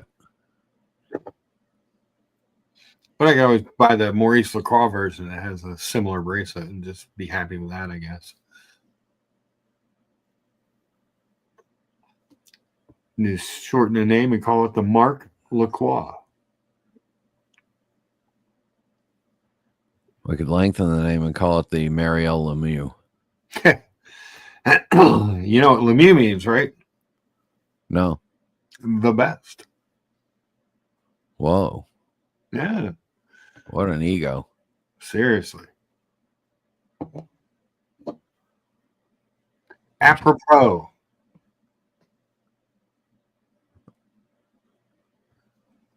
Yeah, I always hear I do always hear horror stories about the chronographs. Yeah. And I guess yours is another in that line of bad stuff. Oh, this guy had what's this? European Watch Company. He had a full repair done on this through them. I was looking to see if maybe sent so the order date was 6/4/21. Looks like he got it back in 2 months, 8/6/21. Is there a price? It's hard to read. It looks like it's $1,000. $980 plus freight. $1,030 maybe. Is that just for an overhaul? It just says complete maintenance service.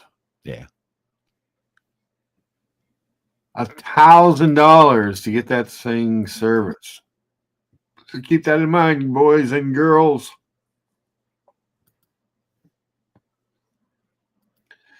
Feels like it's been some time since we looked at an IWC aqua timer.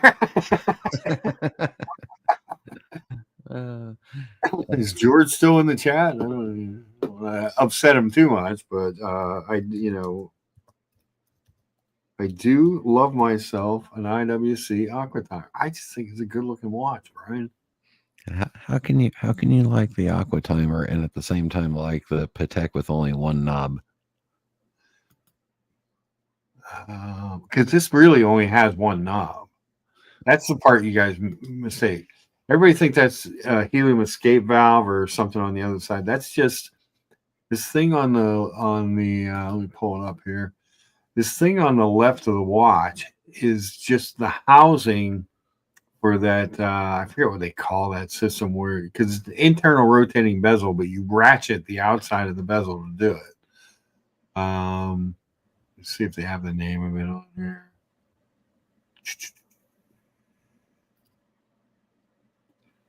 42 millimeter case, innovative external, internal rotating bezel, the safe dive system. That's what it's called. Oh, you really need that safe dive system when you're walking in Pittsburgh in the snow. Yes, you do. Yeah. What if I want to dive into the Monongahela River? And that concludes the Luchabetic Mark channel. Thank you.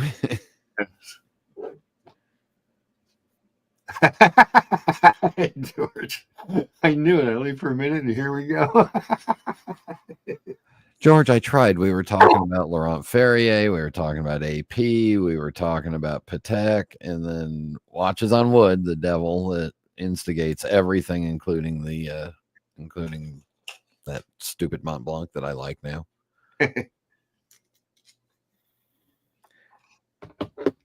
I don't know what it is about this watch, Brian. I don't know what it is. I just, every time I see it, I go, I like the way that looks. It's purely aesthetics. You know what it is? That is that bitchy, somewhat hot chick in high school that you just want to try to get to. And then when you get there, you find out, God, she's more bitchy and less hot. What the hell did I do that for? What did I do that for? What is happy to be of service? Trouble says, funny how I just tuned back in. I know, right? I hadn't brought it up in a while. I had left it go.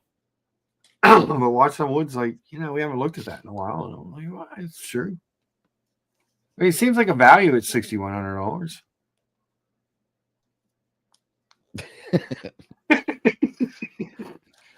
It's even more of a value if you don't buy it. It's more valuable unpurchased. Oh, guys. Oh, that's not what I wanted. We were talking about the APs. Wanted to go to the other Gerald Genta designed, or another Gerald Genta designed integrated sports bracelet.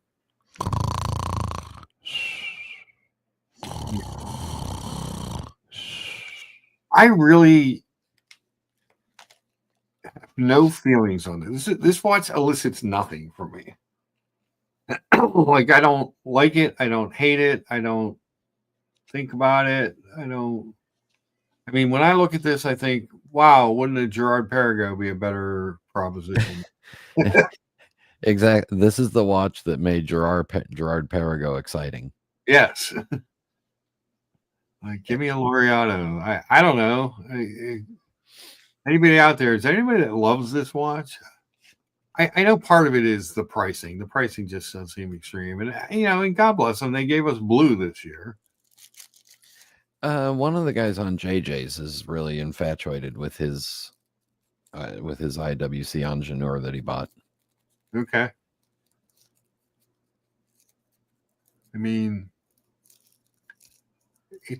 but if I was going to buy this watch, I think I'd go back and buy I'd either get a Laureato or if I didn't need the date function, I'd go get an old Milgauss.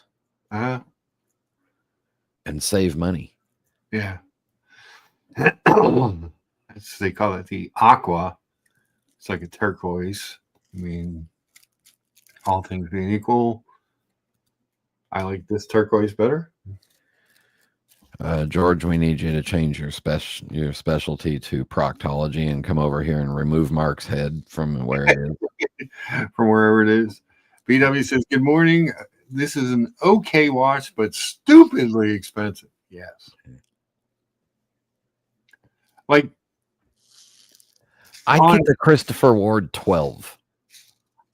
Okay, so we're gonna go look at that because I think that's a good looking watch for the money. Yeah. I'd get the Tissot PRX. Yeah. I mean, this even makes your oddly colored Aquaterra look like a value. Yeah. I think my oddly colored Aquaterra was a value. But like in reality, at $12.25 on the bracelet, this ice blue 12, I think is better looking. I think the bezel's better, the bracelet's better. I mean, I know it doesn't have like an in-house movement or all the other, the selling points, and it's a Christopher Ward shitter or whatever. I don't know. I think it's a beautifully designed watch for the money. Yeah. I see so much more value in this than 12 grand for that IWC. I see somebody who found a pissed off Chopek employee and hired him to come over and do almost everything they did with Chopek. Mm-hmm. Except add 1 decimal point. Yep. Or 2. Yeah, I mean you got the quick exchange. Obviously, you're using proprietary straps, but you can get the rubber straps. Right. It's a very nice looking dial with the dual flag emblems. It's a very Chopek-esque. How many different colors are there in the 12 now? All right, so I think there's different colors for different sizes. So you have the skeleton models, there's 12Xs that are 41 millimeter, but in let's not count the skeleton, just count the regular dial. So you have Glacier Blue, you have the Astral Blue on the titanium, Nordic Blue on steel in a 36, you have 40 millimeter Arctic White, 36 millimeter Lagoon Blue, 38 millimeter, and that's the other thing. You get all kinds of different sizes on this thing. You can fit it to what you need. Shit! Look at that ice cream 38 for you there, Mark. There you go, peach. My favorite is I like the ice blue, and I like this purple, nebula purple on the titanium. I always thought this was with the Fume dial. I always thought this. So how many 40 millimeter ones do we have? All right. 1, 2. Scroll up. Oh, I'm watching the wrong screen. Never mind. We'll just make the size 39 to 41. All right. So taking out the 2 skeletons, which are 41s. 1, 2, 3, 4, 5, 6, 7, 8. And the titanium ones are like 1,800. Yeah. 8. For the price of 1 Ingenieur, you could buy the entire catalog of 40 millimeter. Yes. 12s. Yeah. Just about. No, you could. Yeah. Yeah, it's crazy. It's absolutely crazy. And they're beautiful watches and cool bracelets, and I've never really been when it first came out, I was like, do you really need, is it just an expensive PRX? I'm like, are you paying $500 more for a stainless steel, over a PRX? But then when you look at it, it's actually, when you dive into it a little bit, it's actually a pretty nice watch for the money. I think it's a Salida movement, right? And if I'm out in public, and if I see somebody wearing one of these or even a Tissot, the PRX, especially in the Powermatic 80, I'm actually going to have a conversation with them. Yeah, absolutely. And I'm going to respect their choices. If I see somebody wearing an ingenue, I'm going to look at them and go, can I see if that feels like $12,000? Yeah. You get a color. You can, obviously you can get a different strap. I recommend buying it on the bracelet if you want to strap, but it does have an easy remove. You see here, so it looks like you just push in on the two sides to take off. So it doesn't look like it's very difficult to do that. I don't think it has a micro adjust though. No, I don't believe it does. But most integrated sports bracelets and most butterfly clasps don't. Yeah. That's one of the things that made me so happy about this was that they added that comfort adjust. JLC's got micro adjust in all their butterflies. Mm-hmm. Vacheron, the overseas has them. Yeah. They're come. My Zenith didn't have anything, and that was a little bit annoying. Yeah. But it came with two straps. Came with the secondary rubber strap too. Watch on Wood said that, we looked at that last week. The one day, the CW, the Christopher Ward Dune new release. But yeah, I would rather see this than that ingenue. I would either go Gerard Perregaux, Zenith Defy, Skyline on the top side. If you wanted to have something more expensive, or this watch for $1,200. Watch on Wood says it does not have micro adjust, but it does have some very short links, a couple of half links, I think. Yeah, I think you're right. I mean, I'm sure you can get this to a point where it fits well. I don't think they would put all that money into designing this and hiring the Chopek guy to make it unwearable. But yeah, I just when I think of that ingenue versus this, I don't know. It says got good taper, goes from 25 to 17. Oh wait, hold on. Uh-oh. The bracelet closes with a butterfly clasp fitted with a micro adjustment mechanism. This allows the wearer to adjust the link by up to 1.5 millimeters per side. 3 millimeters. Well, there you go, kids. There's your winner. Ding, ding, ding, ding, ding. Seriously. I mean, and that's really on a watch like this, even like on this, I think it's 2.5 total that you can adjust it. Like right now I'm sitting there, it's warm and it's a little tight, not very tight, but it gets a little bit tight. And then this one's real easy to use. Here, I'll just show, but it's weird in a way because it makes it hold on. So you have a little button over here. And to make it bigger, you actually push it in. Whoop. And a lot of people complain about the gap that you get. It looks like you get the same gap on the Christopher Ward. I'm sorry, I got distracted. You said to make it bigger, push it in? Yes. Okay. But the gap isn't that, I mean, it's there, but unless you're looking at it through, some micro camera lens, at a quick glance, you don't even notice the damn thing. And it just gives you that little bit extra for when you heat up. That's all we ask for. 521 Taipei. Can we also throw in the conversation the steel? I like the way he wrote steel. 222 for 32K. God, that's outrageous. It's amazing. What an overpriced. I don't think so, Watches on Wood. He says, if we're playing UK versus US, is there an equivalent US success story like Christopher Ward over the last 10 years? I don't really.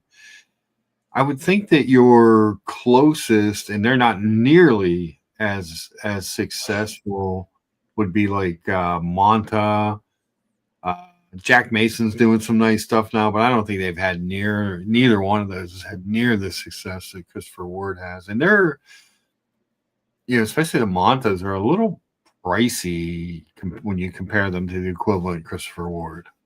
They're kind of the mid twos, I think, Maybe Brew watches. No, I really don't think there's anybody that can compete with what Christopher Ward's doing in that price segment.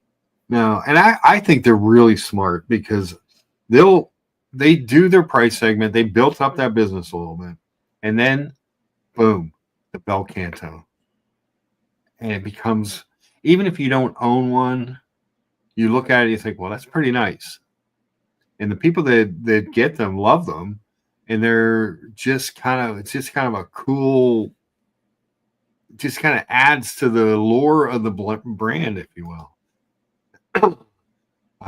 Start a business with whole milk watches on wood. Perfect. But yeah, I think the closest thing, let me see, and they make very nice watches.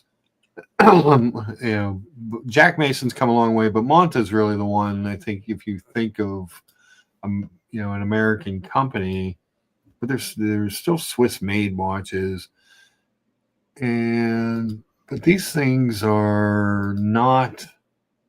Yeah, $2,150 for the 24-hour with the date. The Noble, $1,800. $2,150 for the Voyager. $2,550 for the Ocean King. The Sky Quest was, I think, that's pretty much what they're really known for. Would you agree, Brian? Do you know anything about Monta? I haven't seen or delved into that into Monta. This is the watch that they're kind of known for. This Sky Quest GMT. It's a really nice watch. It's beautiful. And everyone I know that has ever talked about one raves about it. As far as a watch goes, but Monte Caliber M23 self-winding opaline dial, 56-hour power reserve. 300 meters water resistant, sapphire crystal. I mean, it's all the things you would want in a watch. Does it give the thickness? Because it doesn't look very thick, and people love this bracelet too. Like when people talk about this watch, they really, really rave about it. 11.8, so it's not very thick either. It's got kind of a little bit of a slight lyre lug look to the case.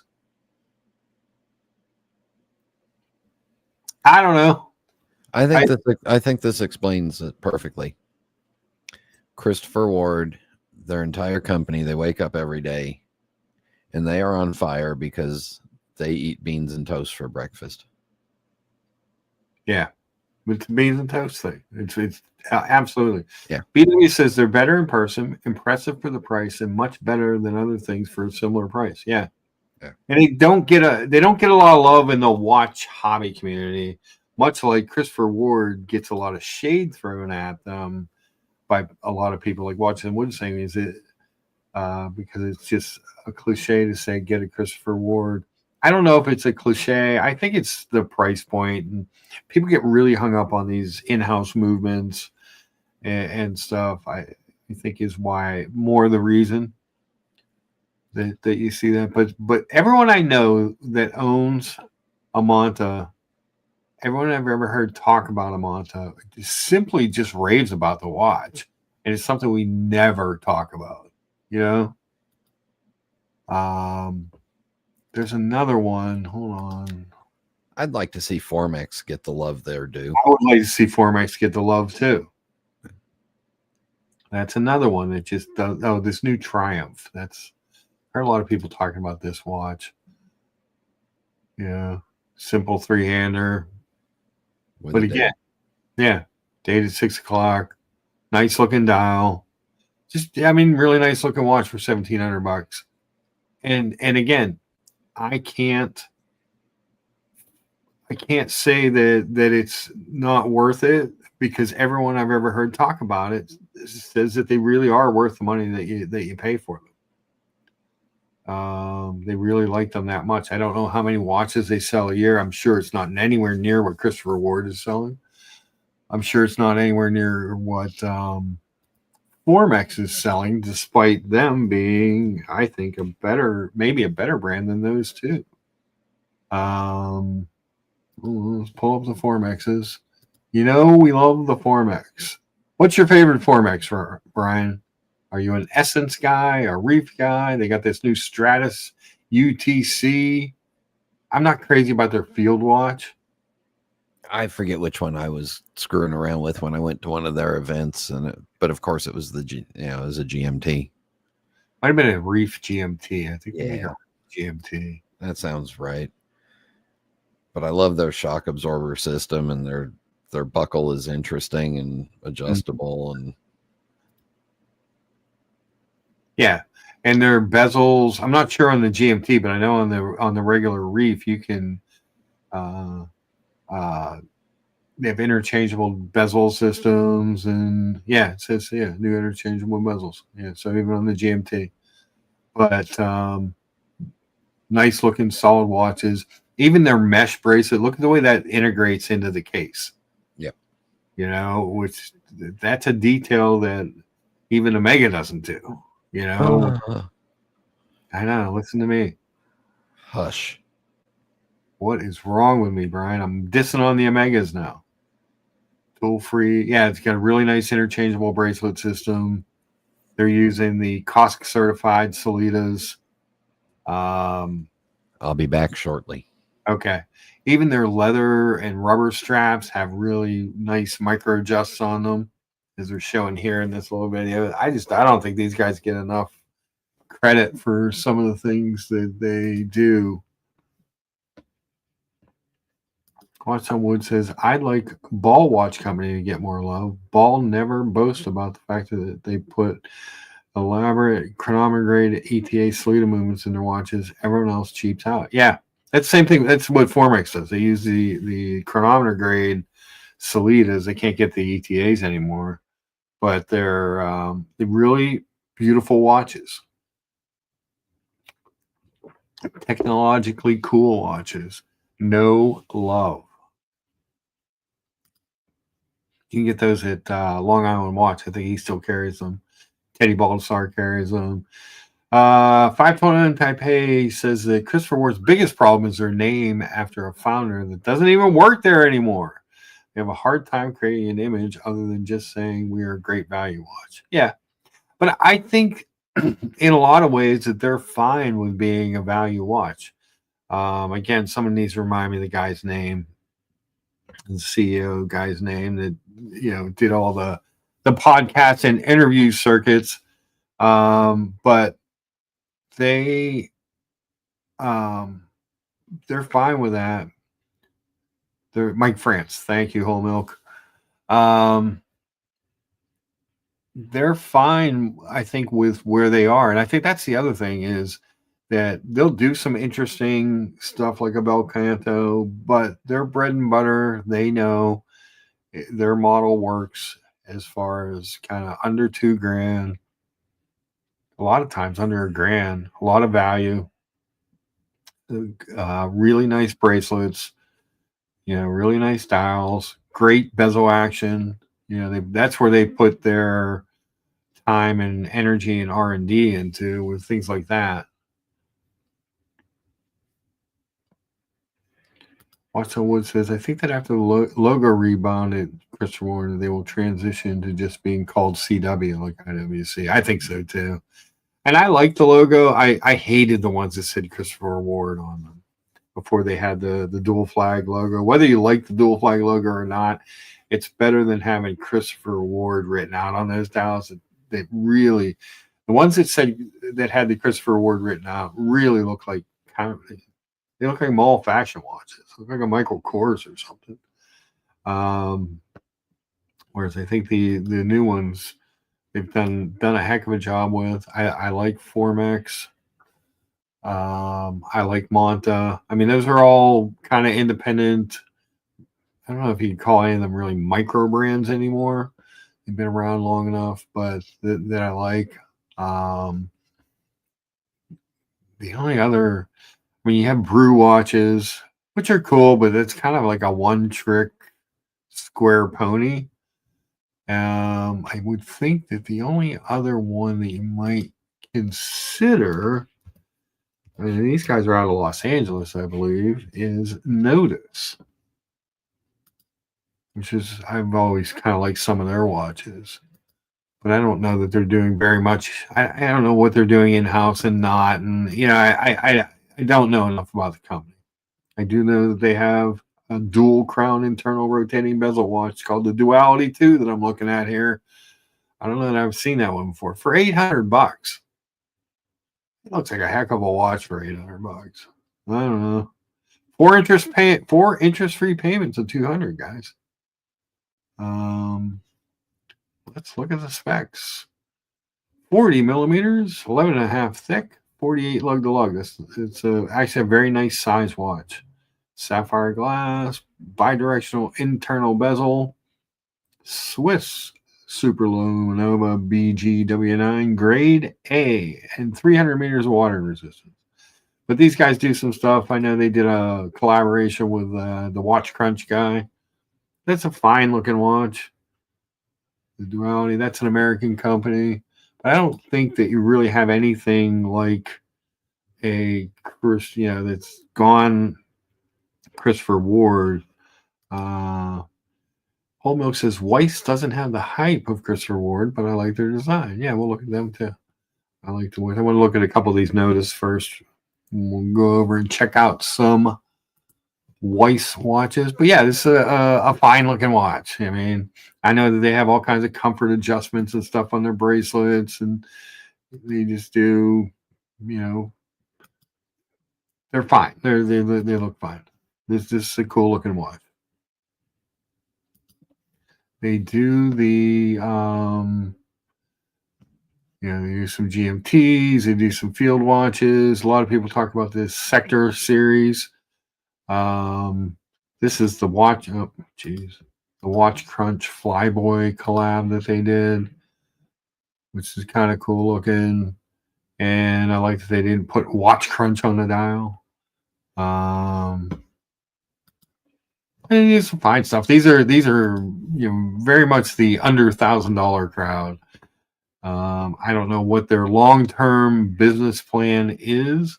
I've always thought that this Sector Deep was a nice looking watch. Oh, they got new colors.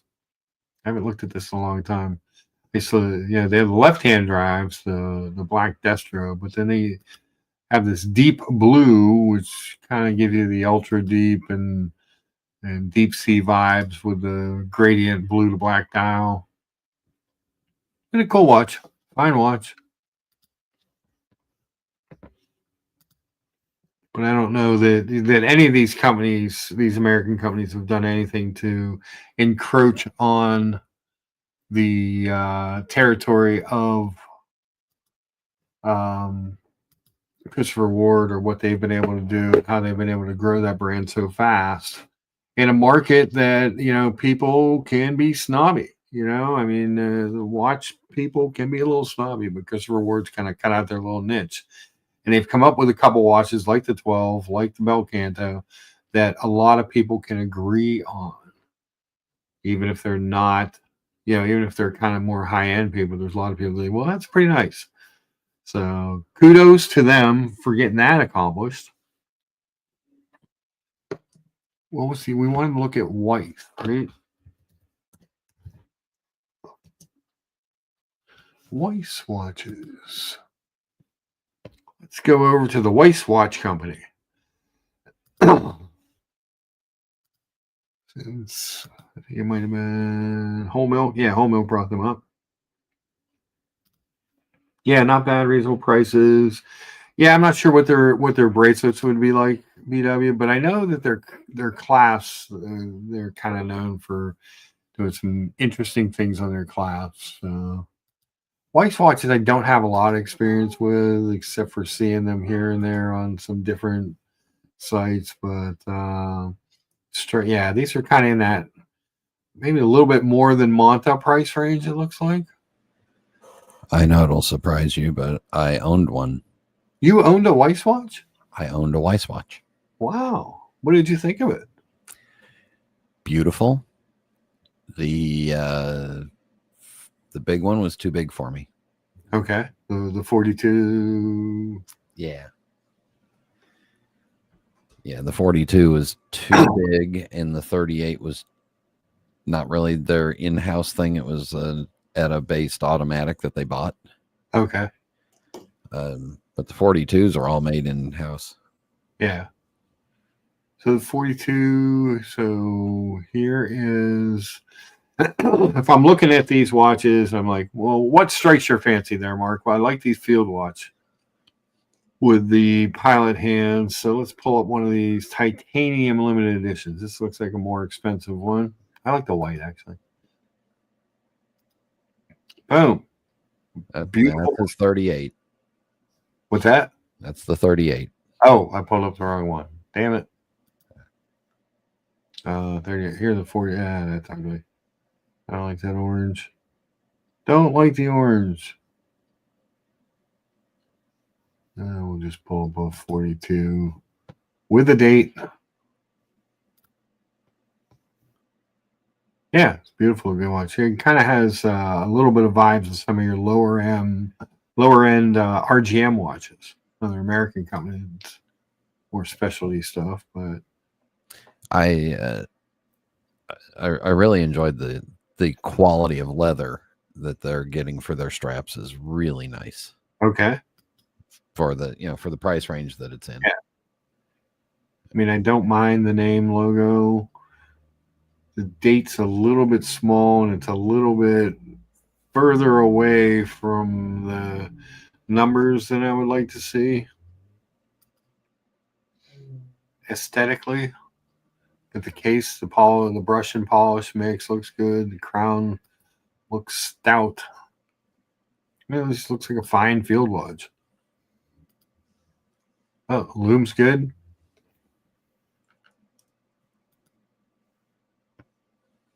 BW says he's partial to an orange watch. We'll go back and look at the orange one, BW.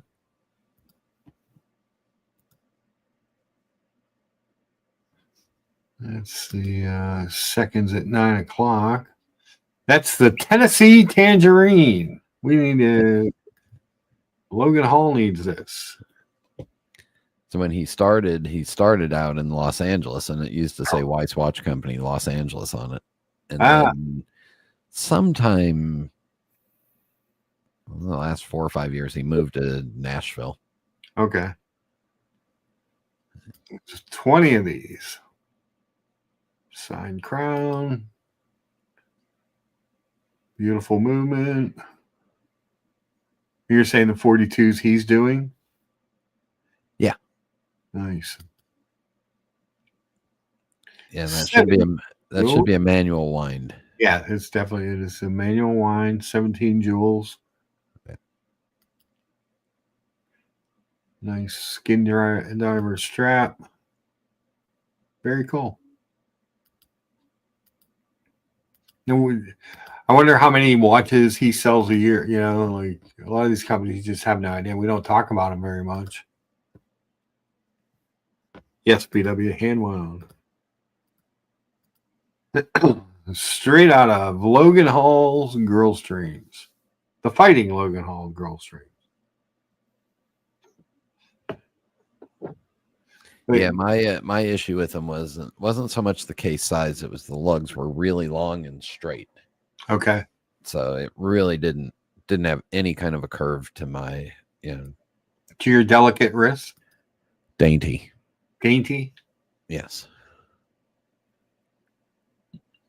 Yeah, they are very straight lugs, which there's nothing wrong with that. Do they give like specs? I think the lug was it was like 51 or 52. This is saying 49.7, 12.9 thick, 49.7 lug to lug, but no curve, so it's going to wear a little bigger.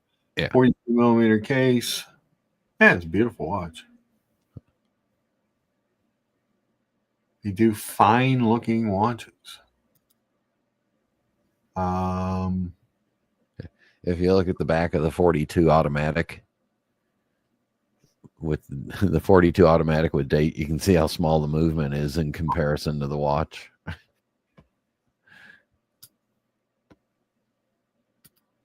Yeah, because the that was the thing when I was looking at it. It just looks like it's so far up. So it's gonna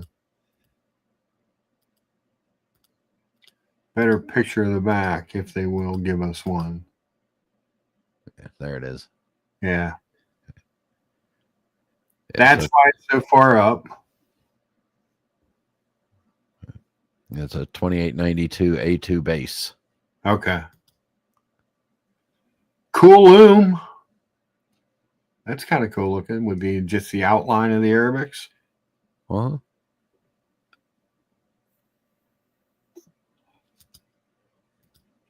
But yeah, the date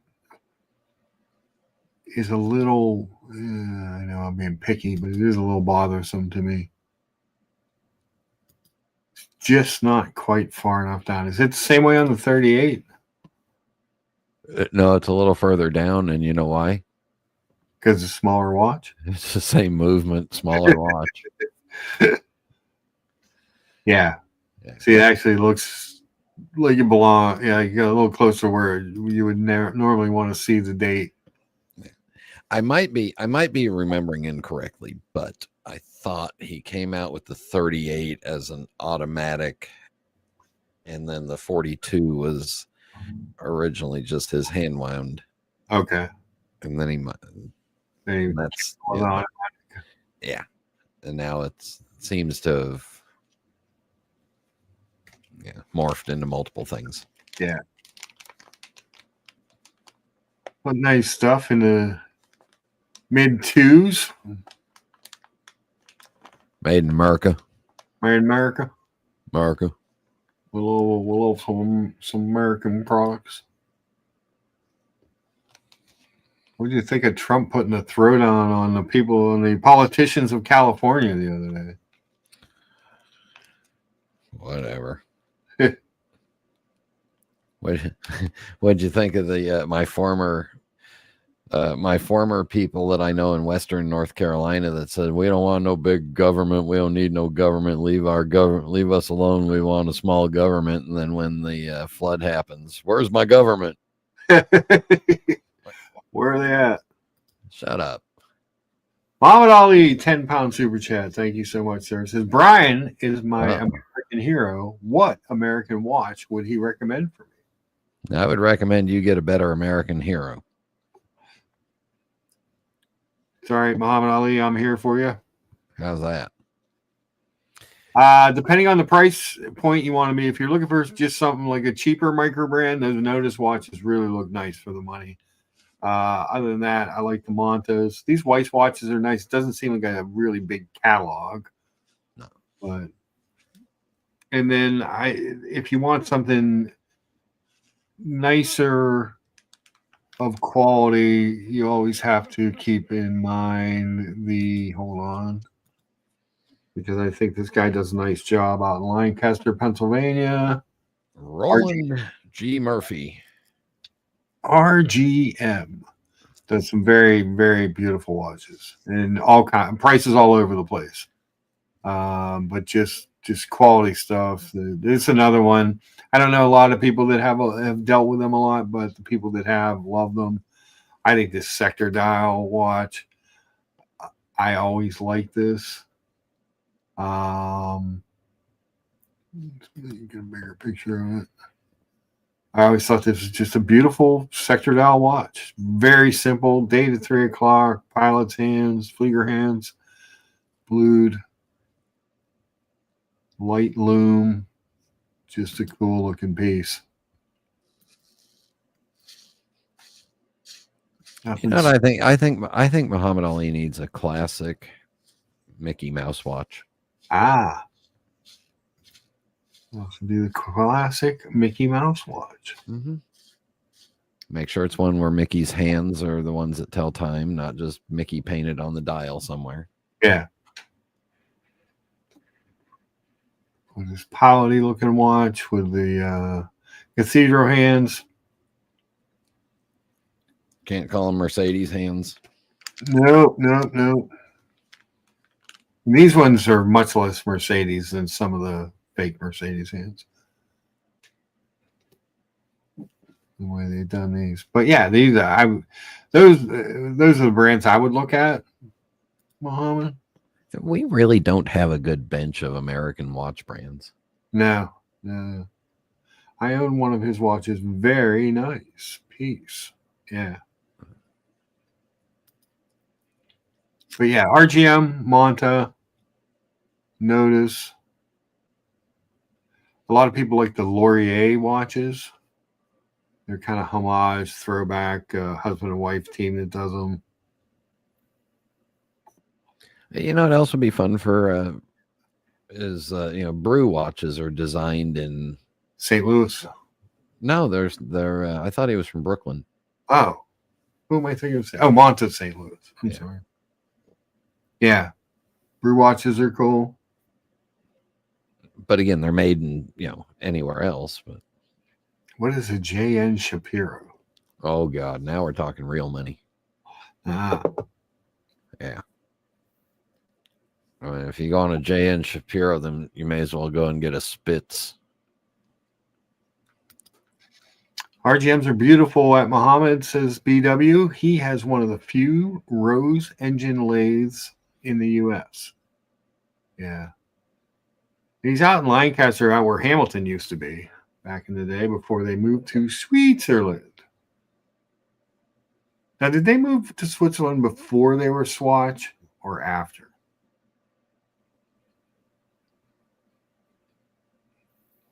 Who knows? Old Milk says he liked the Monta until he found out they were from St. Louis. There you have it. So, yeah, those are choices that you can look at.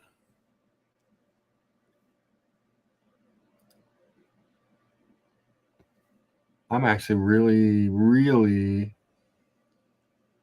intrigued by this thing. This, I think, is new for them, for Notice. It's kind of cool looking, Brian. It's got an extra thing, internal bezel. It's $800. It's 40 millimeters. All the things I love in a watch. You do like an extra thing. I love an extra thing. I like the indices. I like the hands.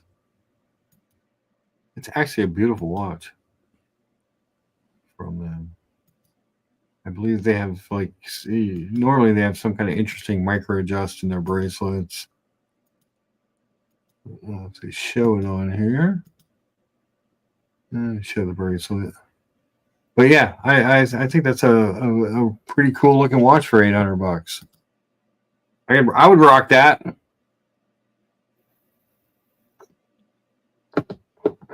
So, for all you music heads, here's a link in the private chat. All right. Explore that for a minute, and I'll be back shortly.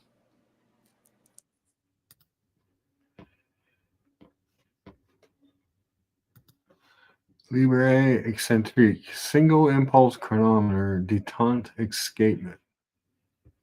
Who is this?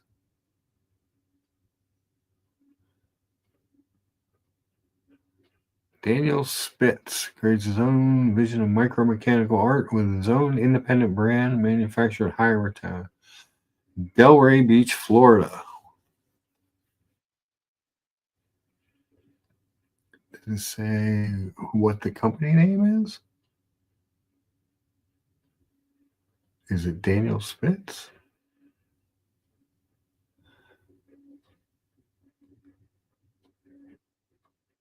Huh.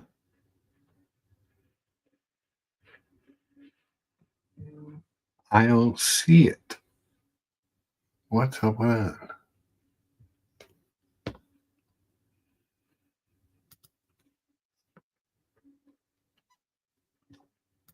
Well, let's look at his watches. Oh, it's the Spitz. Not crazy about the name. It's fine if you're a swimmer. They're cool looking watches, though. This guy's doing these out of Florida. There's yet another American watchmaker. That is only watch. Is he making one?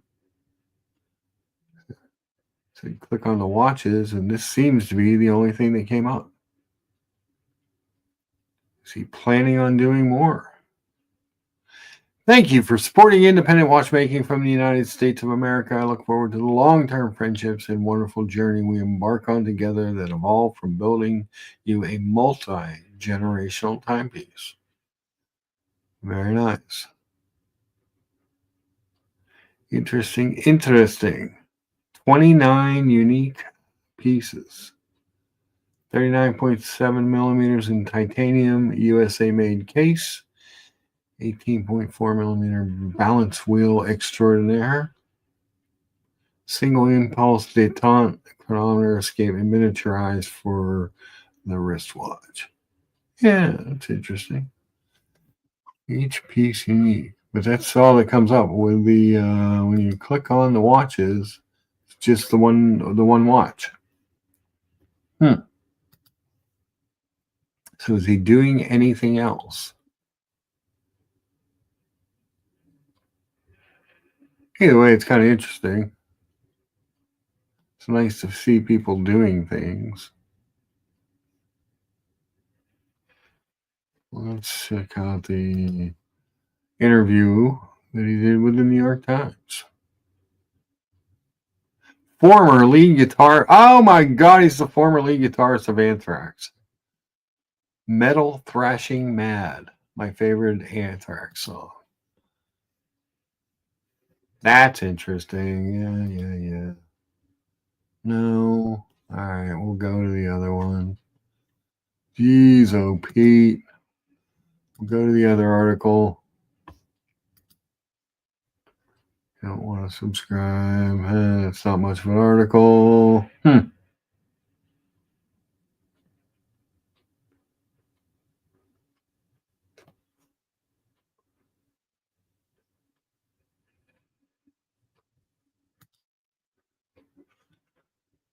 Ooh. No. All right. Well, that's cool. It's a cool concept, though. Whole Milk says Dan Spitz from Anthrax. Yes.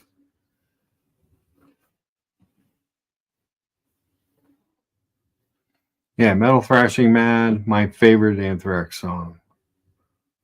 Followed by probably Madhouse, Indians. They did a version, they did a cover also of Sabbath Bloody Sabbath that was pretty good. It was on an EP that I'm sure my brother still has from our used to be shared collection.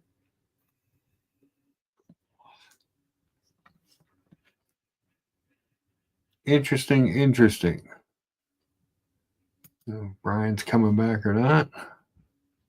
Hope he does, because I have to go to the bathroom. Hurry back, Brian. What's his link for Dirk? Almost says Dan Spitz has a podcast. He said, absolutely, yeah. I love Anthrax. I love watches. Sounds interesting. Let me look up. Hold on.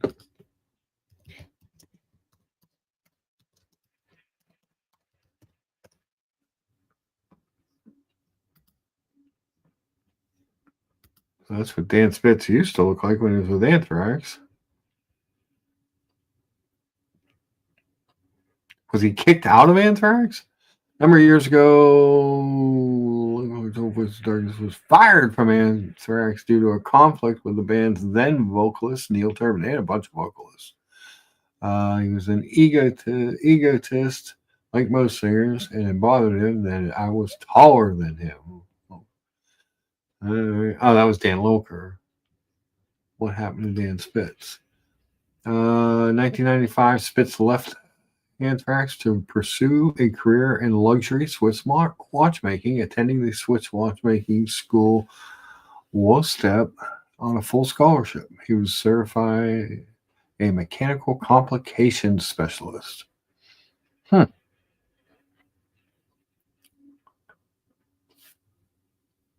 So here's a Hodinkee article.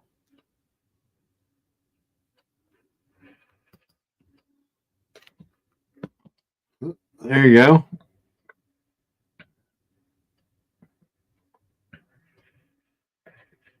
15 million albums, nominated for 3 Grammys, 10 studio albums, and now he's recognized as one of the best watchmakers in the world. Super cool. When it comes to watches quality, the truth is the movement sucks ass or the movement kicks ass.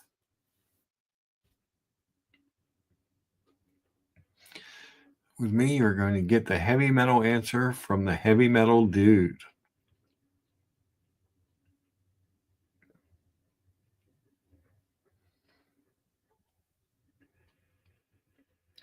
Let's see. Been living on a tour bus since he was 14 years old. He was young when he started.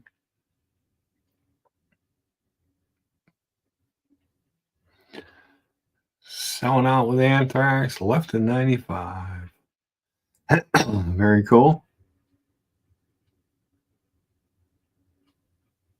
His grandfather, Eddie Spitz, owned one of the largest antique jewelry stores in the Catskills that sold extremely high-end antique jewelry and watches. That's where he got his interest.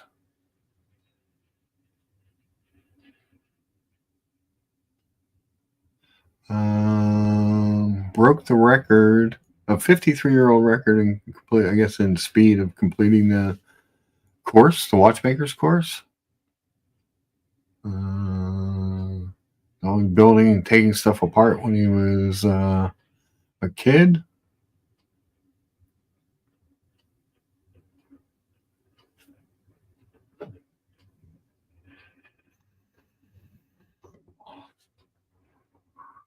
Likes to work on the older watches better.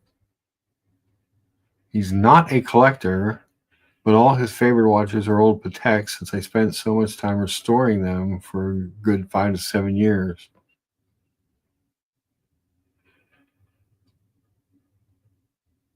He designed his own watchmaking bench to avoid the carpal tunnel.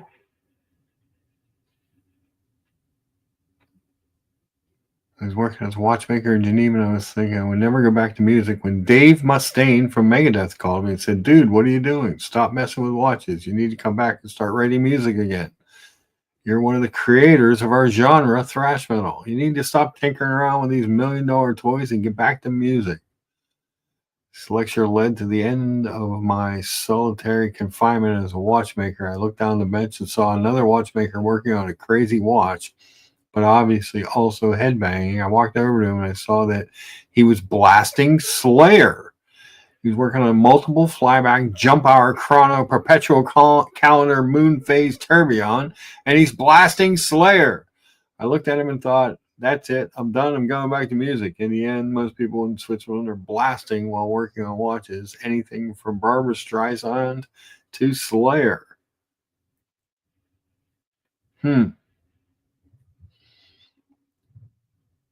Very cool. Very, very cool. Interesting. The world of metal and watchmaking coming together was what Hodinkee calls one of the greatest watchmakers in the world. Morning, Doc Mick. This sounds like Oshin. I don't think Oshin could build a watch. I've seen the gondola. His grandfather ran a jewelry store. He left Anthrax and started working for Chopard. Very cool. You would think his designs would be more heavy metal and less traditional. It looks like traditional stuff. Artisan stuff. Very interesting. Interesting. He said I was a big Anthrax fan back in the day.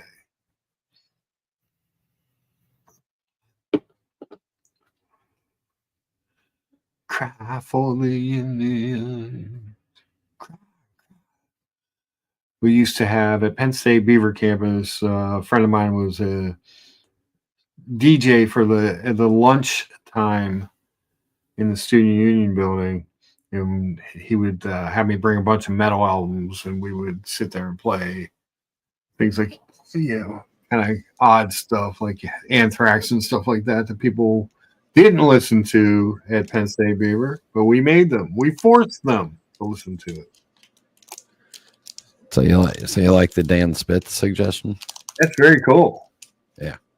I actually met him because he lives in Charlotte. Okay. He came to our watch club, and a couple of guys got to go over to his workshop. I don't know if you got to the prices, but oh my God. Yeah. I didn't get to the prices, but yeah.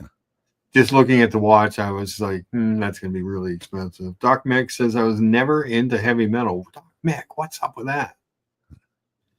Get yourself some Slayer, some Iron Maiden, some Judas Priest, some Black Sabbath, some Anthrax. Kick back, relax, and learn. It's all good stuff. Brian, I have to run to the bathroom real quick. Okay. Yeah. I'll talk about how wonderful Judas Priest did on their cover of Johnny Be Good. I can get into some Maiden. Okay. You go to the bathroom. I'll just keep talking and I'll read the chat. All right, cool. Yeah. I'll be right back. Thank you. Yeah. Upvote for Mark's bladder, please. And as a type 1 diabetic, he should be very well hydrated. But growing up in LA, I grew up a little bit after I was a little bit after Black Sabbath and a lot of those bands. So it was all Motley Crue and Van Halen growing up, and then it got into the bands where the guys were prettier than the girls were in the audience. And I was not one of the prettier guys or girls, so.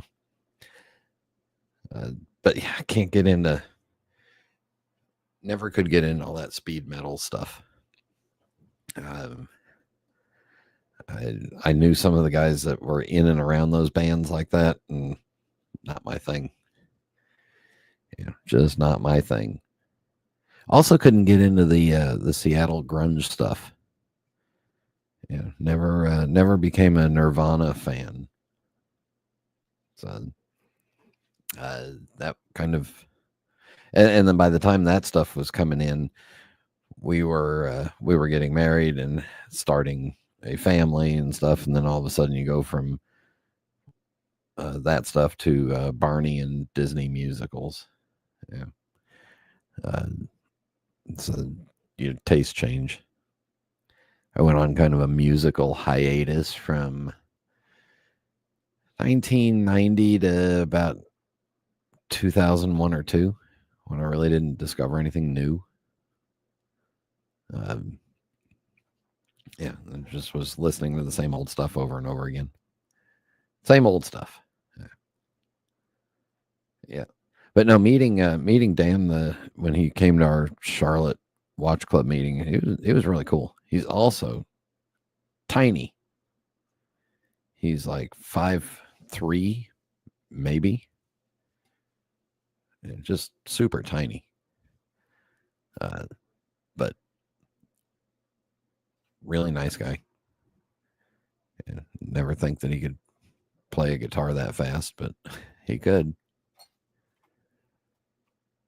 What else is going on in there, chat?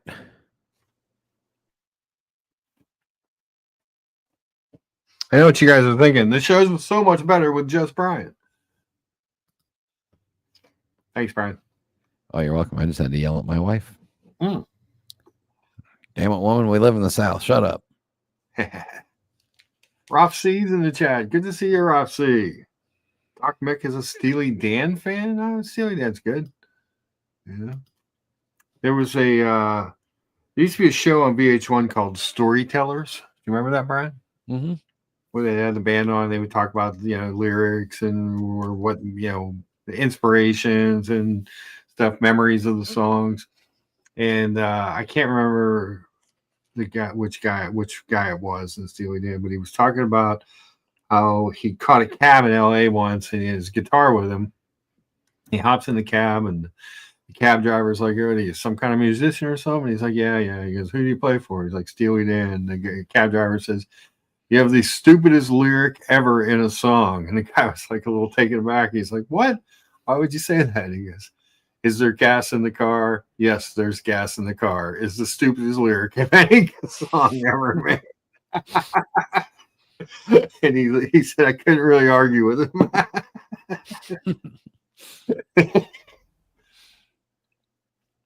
Donald Fagen. I think it was the other guy. I know Donald. Donald Fagen's the more popular, famous of the two. I can't remember. It's terrible. It was Ian. Was that Ian? Walter Becker. Walter Becker. Thank you, Johnny O.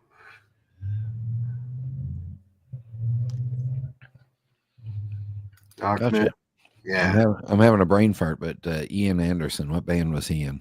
Jethro Tull. There we go. Jethro Tull. Wasn't Jethro Tull the band that was formed and never performed live? I saw them live a couple times. Because they used to do all those old festivals and stuff. There's real famous YouTube videos of them playing at the Isle of Wight festival and stuff like that. I love Jethro Tull.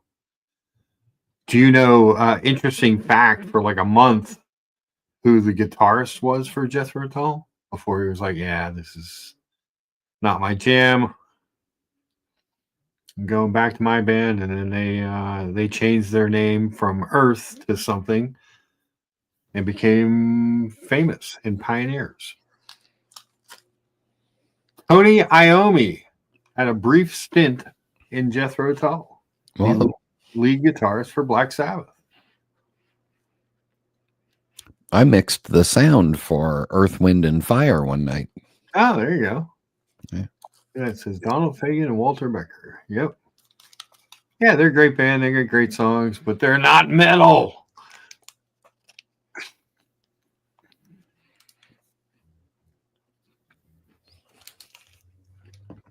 We love us some metal.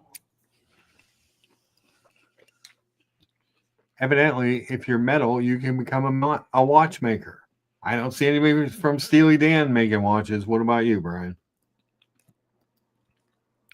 No, but if you're the drummer from Kiss, you can buy a lot of watches. See? Doc Rick says that's the whole point. They're not metal. No. Sometimes you need to thrash. You need to bang your head. You need to get some energy out. No, you don't. Oh, yeah, you do. Yeah, it's medically proven.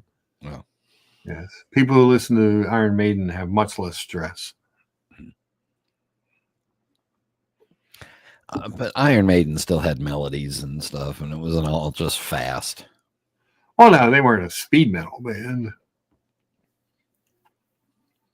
You know, that genre really took off with Metallica. I don't know if they necessarily invented it, but that's where it really took off, was Metallica and Slayer. And Anthrax, to a certain extent, I don't know. I mean, they were metal. I don't know if they were really a speed metal band either all the time. They had a lot of melody and lyrics and stuff, you know, choruses and such.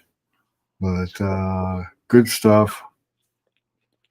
How about New Wave, asks Roth. Brian, you into any New Wave? No. Depeche, what was that? Depeche Mode, Duran. No. Screw all that shit. Nope, not doing it. I was into the new wave of British heavy metal, the Nawabum.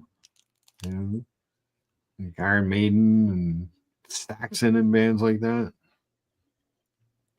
But no, not really a new wave guy. I went hard rock. You know, I was a kind of a rock guy that when the new album came around, really went metal. Saxon should really not be considered a British band, as Saxony is part of France. Well, there you go. Old Milk says, when Brian was growing up, New Wave referred to Wagner. Yeah, everything after Bach was shit. Yeah. But Thomas Burnett says, Depeche Mode are awesome. Oh, whatever. Flock of seagulls. I needed a flock of shotgun pellets. Oh, there you go. How about some Wang Chung? I used that in a college video. Did you? Yeah. I'll say about Wang Chung. Interestingly enough, I like the soundtrack from "To Live and Die in L.A." Was done by Wang Chung. Best use of that song was "Revenge of the Nerds." Mm. When they performed it as part of their talent show thing in the Oh, that's right. Yeah, I forgot about it. Yeah. Fantastic movie, great acting, great performing. It's a shame that movie never got an Academy Award. Yeah, it was a good movie. Robbed, raped, got put in the Porky's catalog. Oh, Porky's wasn't nearly as good. No, it wasn't, but it kind of got put in that genre. Yeah, yeah, got pigeonholed, abused. Yes. Well, that's been back over. I wanted to see. So Muhammad Ali, we were talking about RGM briefly. So they do some kind of inexpensive mid 2000s stuff, and then they do some stuff that's a little higher end. I always thought this was a good looking piece, but I didn't want to spend $39,500 on it.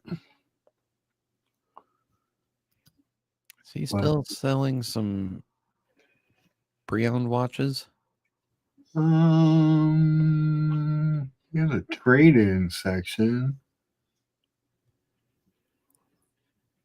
I used to pay attention to his website like pre-pandemic because he would get some interesting looking pre-owned watches. Never bought anything from him, never did anything, but he doesn't. I don't see a section on here per se for pre-owned. Yeah, he might have gotten out of that. Yeah. He does have a little thing if you want to trade. It does have the Pennsylvania Tourbillon. It's a nice looking watch. It has to be hand wound daily by an Amish person. Well, I mean, you attach it to the butter churn and it winds it while you churn your butter. Look, if they're going to come over and put a new roof on my house and wind my watch, I'm all in. Yeah.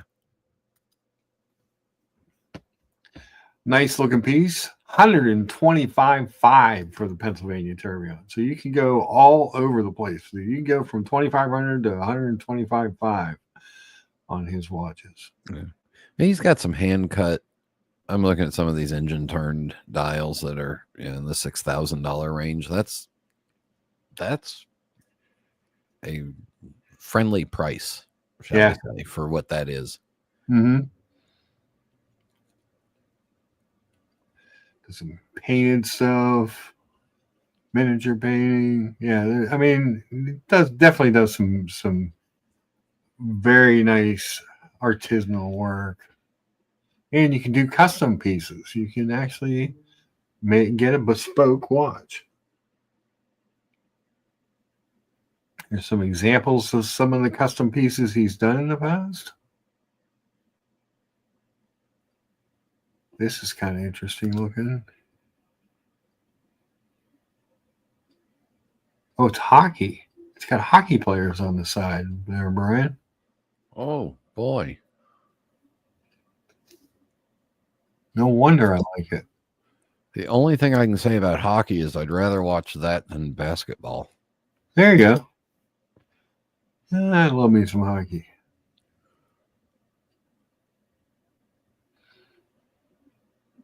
Yeah, just it does some really interesting things, and like I said, all over the board price-wise. You can find a lot of different things. John D says RGM does some very cool personalized finishing of if you request it. Yeah. What do we think of Keaton Merrick as an American watchmaker? Who is Keaton Merrick? You see, this is why we need Thomas Burnett, because he ups our game, because I don't know that I've ever heard of Keaton Merrick. Let me see. I believe the panel has no opinion. Yes. Keaton P. Merrick. Well, he's got a website. Oh, it's expensive. He put his middle initial in there. Ooh. Keaton P. Merrick. Wow. Look at that balance cock. Ooh, look at that dial. That's gorgeous. Not crazy about the unsigned crown if you're going to do that. So I'm sure that these are pretty pricey. What do you care about the crown? You're wearing it away from you. Well, I may want to do an ode to Brian and wear it on the wrong hand. Oh, it's in Oregon.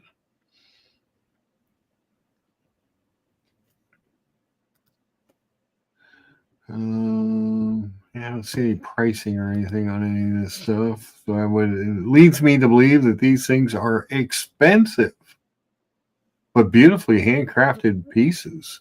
I have never heard of him, Thomas.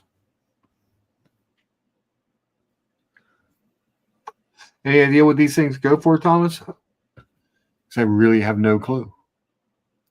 I'm not afraid to admit when I just don't know. Which this is definitely one of those cases. Yeah, let's see if there's one available from anybody. Have you ever heard of him, Brian? No. All Or if I did, I don't remember. Yeah. When you get to be my age, that's a possibility. Well, it's true. It's true. It can happen. It can definitely happen. John D, welcome to the chat. Unfortunately, I have to tell you that George and this is probably bodes well for you because I think we were 0 for 4 last weekend. George and I both picked the Chiefs. I went 3 for 4 last weekend because I picked all the home teams. There you go. See, we should have listened. Yeah. Yeah, we both picked the Chiefs to win outright and have an opportunity to win their 3rd straight Super Bowl.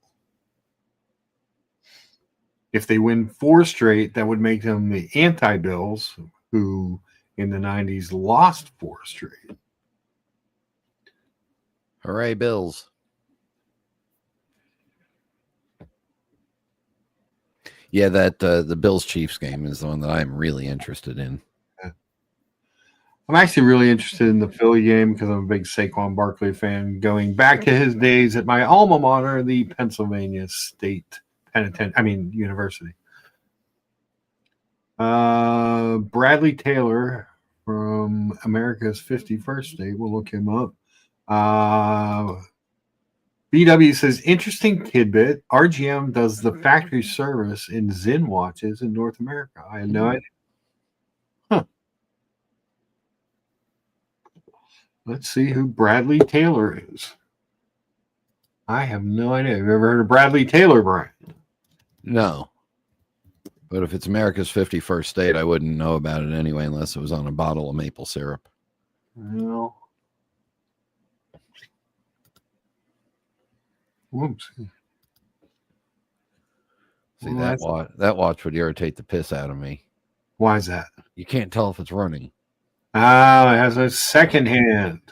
You got to flip it over to make sure it's running. Or hold it up to your ear. We've got here a small second hand. There we go. That's a pretty watch. Very basic. I mean, yeah, it's a pretty watch. Speaking of the salmon dials we were talking about earlier, the one thing we haven't talked about today, Brian? IWC triple chronograph with 5 pushers and 2 crowns. Dude, I will if you want me to. No. I don't see any pricing on these. The thumbnail is Omega or Omega and Rolex. Is one of them actually better? I have an answer. Okay. No, but you won't like it. I don't care. Rolex is better. Rolex is better. Why would you say that Rolex is better? Rolex sells more watches than Omega. An awful lot of watches. Rolex retains its value better than Omega. Rolex makes your Thomas Burnett larger than when you wear an Omega. Rolex is the class of its class. Yeah. Now, we talking about movements? Nah, not so much. There's a Keaton Merrick for sale at Mariposa Fine Jewelry for $45,000, says Thomas Burnett. That's damn. BW says the name. Yeah, I'm not crazy about the name, just the name on the dial. It goes back to the Christopher. We talked about Weiss watches, Doc. We went over his stuff.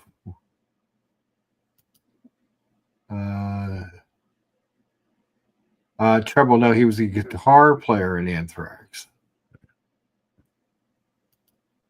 Value retention isn't an attribute of the watch, Brian. But you also pay a lot more. Wah, a bunch of whiners. Oh no, I'm not whining. I'm throwing the case that you have two very mass-produced watches. These are not like, independent high horology brands. Are making basically tool watches for the most part. And when people talk about value retention, I also say, well, I can get a discount on an Omega and still not lose my ass selling it. Am I going to make money on an Omega? Probably not. I'm not going to be foolish. But do I like, my problem is that when I look at the two watches, I like the look of the Omega better. Aesthetically, I like the lyre lugs. Aesthetically, I like an exhibition case back. I like the fact that I have choices of colors and dials and stuff. Like my biggest gripe with Rolex is that if you go from an Explorer 2 to a Sub to a GMT to a Sea Dweller to a Deep Sea, the dial is basically the same thing on every one of them. The indices are the same on every one of them. Yachtmaster. I don't see anything fun. Why mess with perfection? The one that isn't Scotty in, correct. How'd the Jeep Compass do? How did the Jeep Compass do? It was our number one seller last year. Yeah. How long did it last? Well, it's been going since 2006, 7. Wow. The new one's actually pretty nice. Tech wise, it has all the stuff in it, the big screens, all the stuff you'd want. It's actually not a bad car. Some of the old ones were a little janky, especially back when they had the Patriot and the Compass, and they were just sort of like different designs of the same car. Once they actually separated out the Compass into its own thing, and 2022, I think, was the year that they was the last body style change where they really differentiated it from the old Cherokee, even, which I've heard is coming back.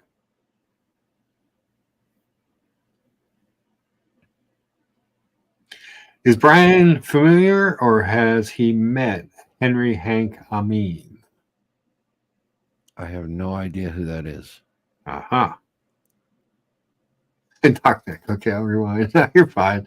No, we did go over Weiss. We were Muhammad Ali had asked about some American watchmakers, and somebody else who I think Whole Milk or Doc, if you show up late, get your notes from another classmate. Maybe Watchstone Wood said something on American watchmaking in comparison to what Christopher Ward has done. Is I think how the conversation started, actually. Propane salesman. Don't know, Treble. Not sure.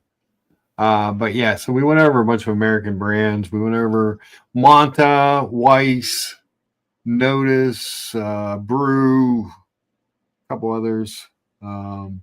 Just You know what? You know what brand you like is actually an American brand because it actually started in Ohio. fall. It's a brand called the International Watch Company. Oh, that guy. Yeah, that guy took off for Switzerland. Yeah. Yeah. And then they couldn't spell it, so they shortened it to IWC. Oh, wow. Here you go. Helgestrand says Hank Amin at 92 is the longest surviving Disney cast member. The old Mickey Mouse show? Is that what he's talking about? Mickey. Let me see if I can hang on. I can let me see if I can find him. Yeah.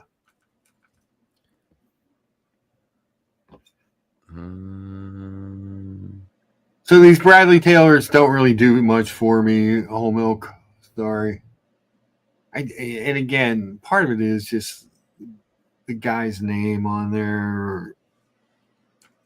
I don't like. I'd rather see some sort of logo or something that doesn't make me think. My problem with a lot of these watches is some of these really nice. They can be really nice watches, but I don't hang out in really nice watch people's circles. So if people don't have any idea what it is, to me, to spend that kind of money on it, part of the charm of spending the money on a watch is people recognizing that you have a nice watch. Countering to people who say don't wear your nice watch outside or you get your arm chopped off, but that's part of what makes the hobby fun for me is when watch spotting when you're out and wanting to be spotted. Hank Amin is part of the Disneyland Fire Department. He started as a jungle cruise captain in 1958. Yeah, that would explain why he's got a 60-year pin. Clearly you do, Mark. Brian is hanging with you right now. I want to, part of it is internal, but a large part of it is when I run into my friends and they know I'm into watches, they know that an Omega is a nice watch. They know that a Rolex is a nice watch. That's part of my problem with Grand Seiko is the name. I think it cheapens the value of what you paid by the Seiko part of their name. So according to this information that I have, which is going to be pretty damn reliable. Okay. Hank has 62 years of continuous service with the company. Nice. Yeah. What I want to know is why Helgestrand knows that. Well, he might be a closet Disney freak. Aha. Or he saw something on social media. That just seems like a kind of a quirky tidbit to know, if you will. 62 years. Good God.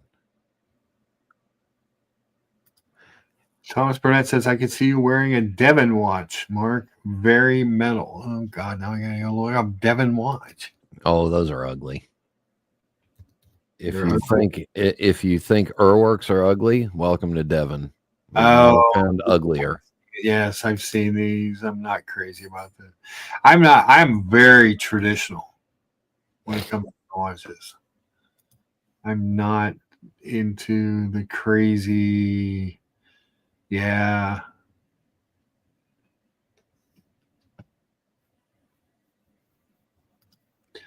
John D says, take a new look at Grand Seiko, Mark. Think of this. Seiko worked so hard to build the most accurate watch. They almost blew up the entire Swiss watch industry in doing so. Grand Seiko is amazing. I don't dislike Grand Seiko watches. The name bothers me a little bit.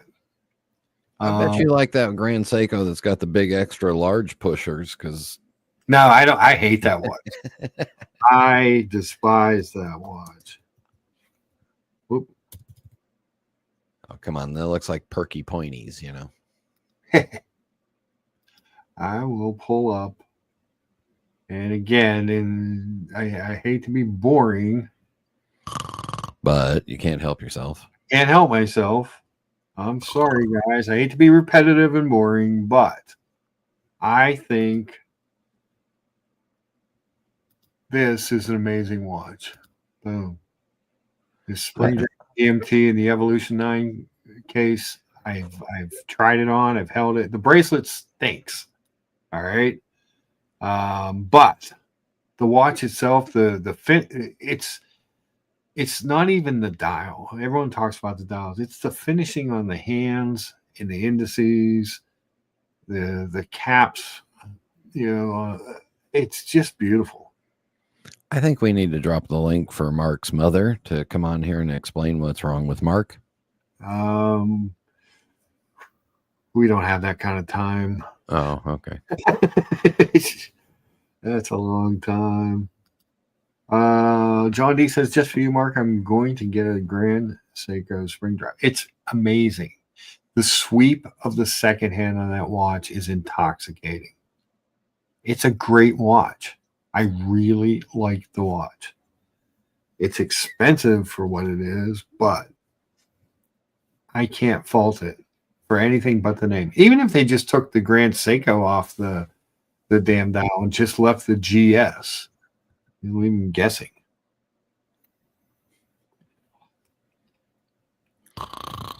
Treble says watching the Spring Drive is cool, but that might just be in the shop.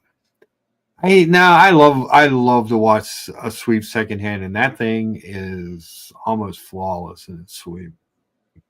It really is. And the second hand itself is the precision of the polish. It's crazy. I wish that they did. Yes. Mark, it's sad for me to say this, but happy for everybody else. Yes. I got to get going. I got a few things I got to do, and then I got to get ready for fun tonight. All right. So, with that being said, I've survived another week without buying that Mont Blanc. We'll check back next week to see what happened. Yeah, and according to my schedule, I am not working next Sunday. Nice. Is this a 2 weeks to the Super Bowl year or a 1 week to the Super Bowl year? I think they've kind of settled into the 2 week thing now. Yeah, I think we have the don't we have the Pro Bowl bullshit here in Orlando next week? Pro Bowl games or whatever. That would make sense.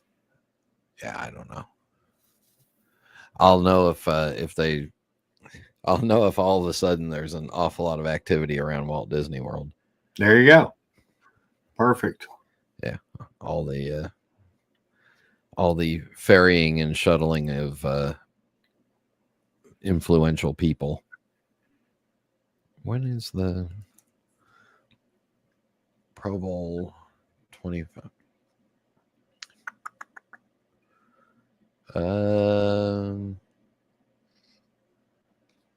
When is it? February 2nd. Okay. The next week. Yeah. Cool. So that means that the Super Bowl is 2 weeks. Yeah. There is a hype week. Good. I actually like it better when it's 2 weeks. I like it too, because then at least everybody is equally rested, and right. If there's any, you're not. If there's any injuries, can heal. Like you're seriously injured people. It is what it is. But all the nagging injuries and stuff you buy, hopefully you get a better game. All right, Brian. Okay. See you, everybody. Bye. Yeah. Ooh. Great guests. I'm going to drop the link in case anybody wants to hop on the panel.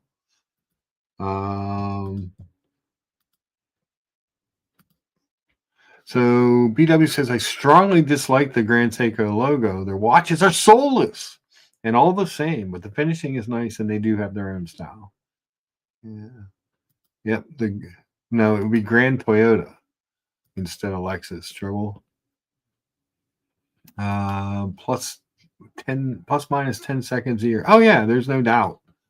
I don't doubt the technology. I don't doubt the polishing, even the dials to a certain extent. I kind of get bored with the different texture dials and stuff like that. But the bracelets aren't very good. Now I'm not crazy about the name.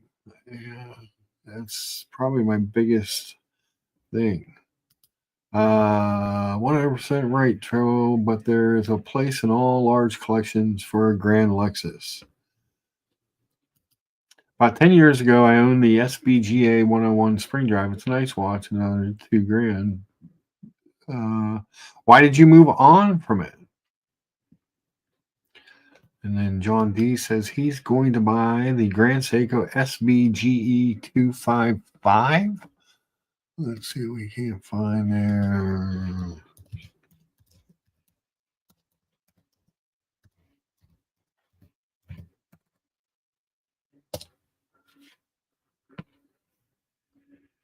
Oh, it's the little sportier looking one with the ceramic bezel.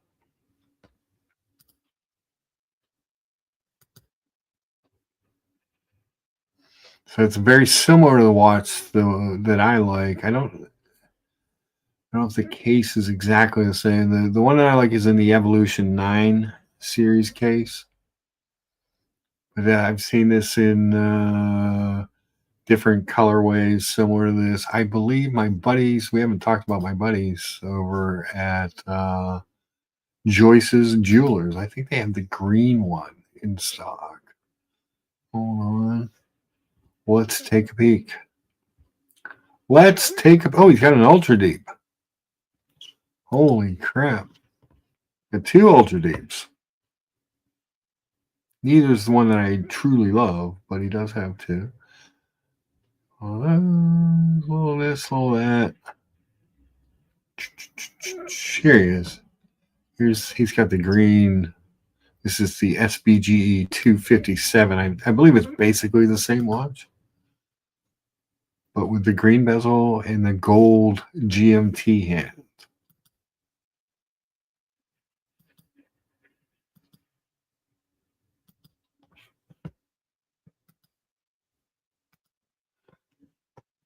The other thing that I like about the 285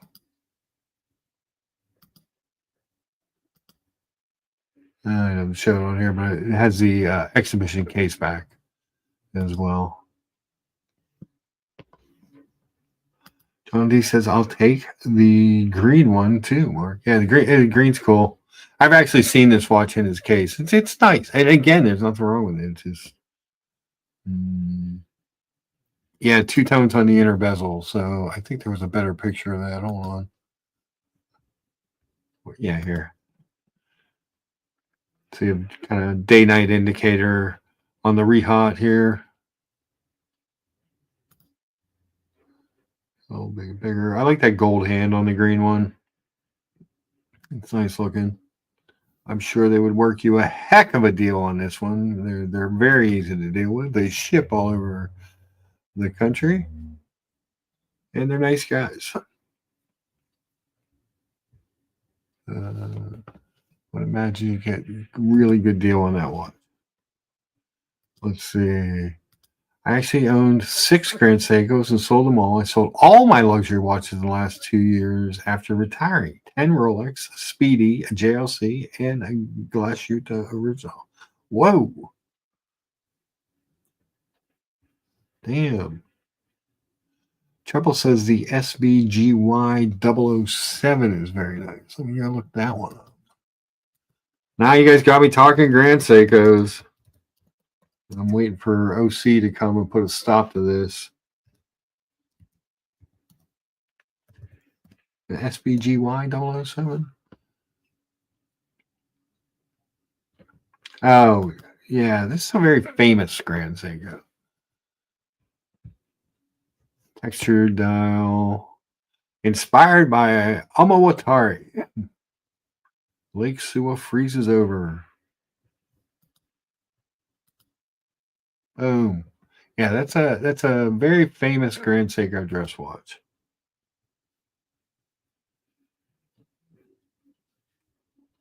But I like their GMT watches. I like I said, that Evolution 9, that SBG 285 or whatever it is that I pulled up is nice. Kyle D says, why? You don't even have a one and done? A one and done, Helgestrand? Did you keep one watch? That's what Kyle D.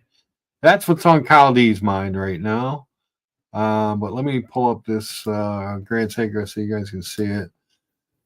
This is, let the diabetic eat your cookies.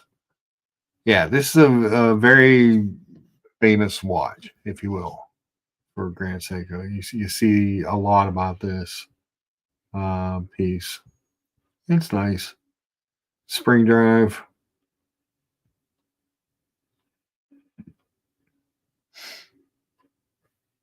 But that's kind of just a dress watch.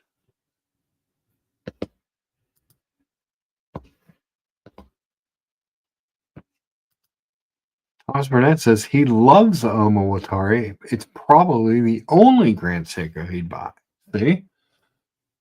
Everyone's different. In the car business, we say there is an ass for every seat and a seat for every ass. We need one more upvote to hit 40. Geez, guys, thank you very much. I do appreciate it.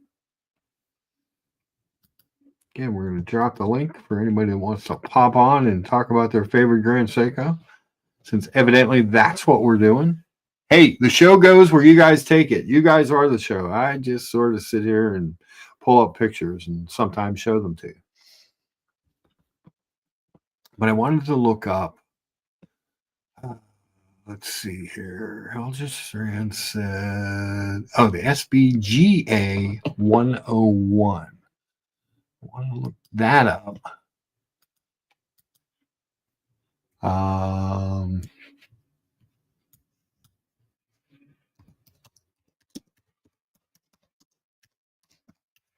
SBGA is the laws here. You got to go different split screens. 101.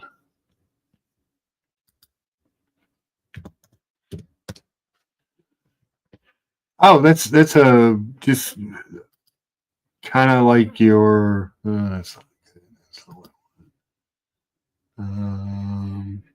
like your just sort of standard. Let's go to this Hodinky article and see what they got to say here. Yeah. Oh, that's the Seiko Grand Seiko brand. That's even the branding on this would make me insane. That's the one that's co-branded. All right, so if you're going to stick with the Grand Seiko name, you really need to put Seiko at the top, confusing it even further.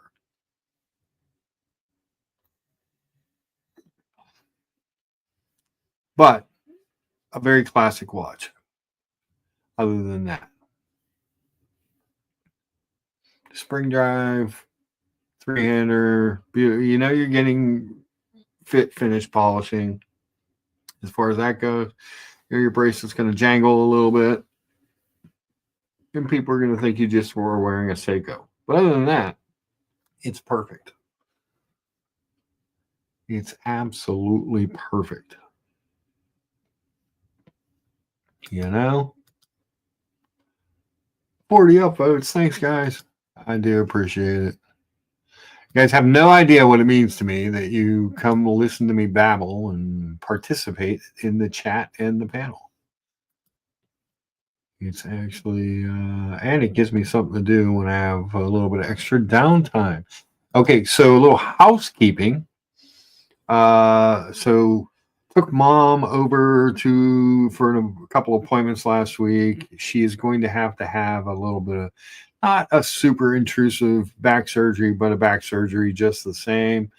Tuesday morning, I'm taking her over to meet with the surgeon and I guess get that all scheduled. So there won't be a Tuesday morning show, maybe Tuesday afternoon if nothing's going on and nobody's streaming. Monday morning, I'm not streaming. I'm actually going to watch to Switzerland to meet a member of the chat, a member of the community. Go look at some watches and hang out. So hopefully I'll get some a little behind the scenes, maybe some pictures and video of a few things that I'll get to try on while I'm there. That's always fun. And then I'd like to get out to Joyce's and maybe get some pictures and videos of some stuff over there. Try and bring you a little bit more content while I have the time. And obviously, we're eagerly anticipating hearing about the job this week. Prayers, good thoughts, good vibes, happy stuff my way, please. That would be awesome. It would be my best case scenario, and I would be happy. I would be a very happy guy if that was to come to fruition. You know?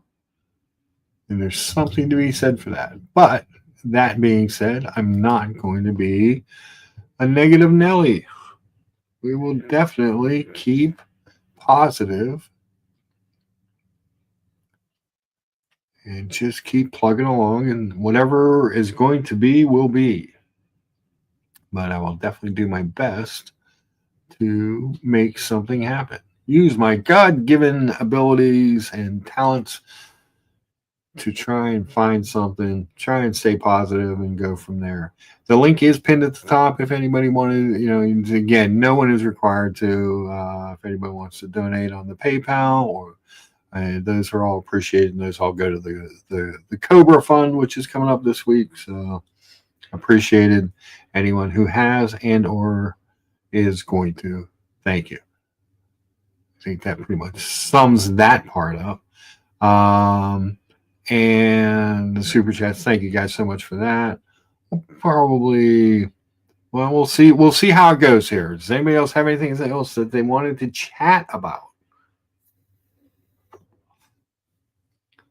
The subject of the thumbnail was supposed to be is one of the Rolex and or Omega, is one of them actually better than the other? Mass-produced luxury items, luxury wristwatches, chronology escapement versus coaxial escapement, superlative chronometer versus master chronometer. I mean, there's advantages to both. Here's an advantage to an Omega that we don't think about. We talk about value a lot and hype and all that type of stuff, but there is another advantage to an Omega. So I've owned 3 Rolexes. I've owned 7 or 8 Omegas in my lifetime, plus a lot of other brands, but those 2. So most people know what an Omega is. Most people know what a Rolex is. Rolex is like the Kleenex. Everybody knows the name. Most people know Omega through either James Bond or the space or NASA or, the moon watch, that type of thing. More people know about it because of the moon swatch now that they've become more, familiar with the brand. So people know what they are. I've never felt like I couldn't wear my Omega or anything like that. I remember an experience. I was at a NASCAR race in Phoenix,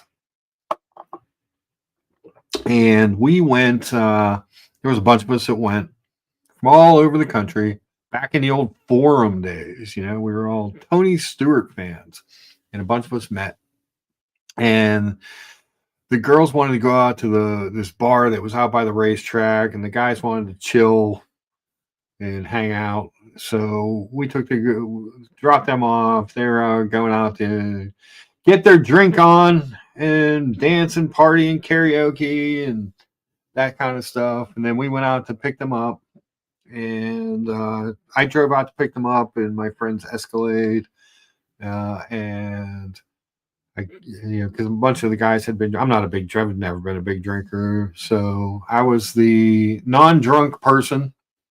So I went and picked them up, and on the way back from the track's way out in the middle of nowhere. On the way back, we stopped at this little nondescript convenience store so the girls could get something to drink or whatever it was that they wanted, And I went in with them, and I had on my believe it was either my two-tone Datejust or my two-tone Submariner.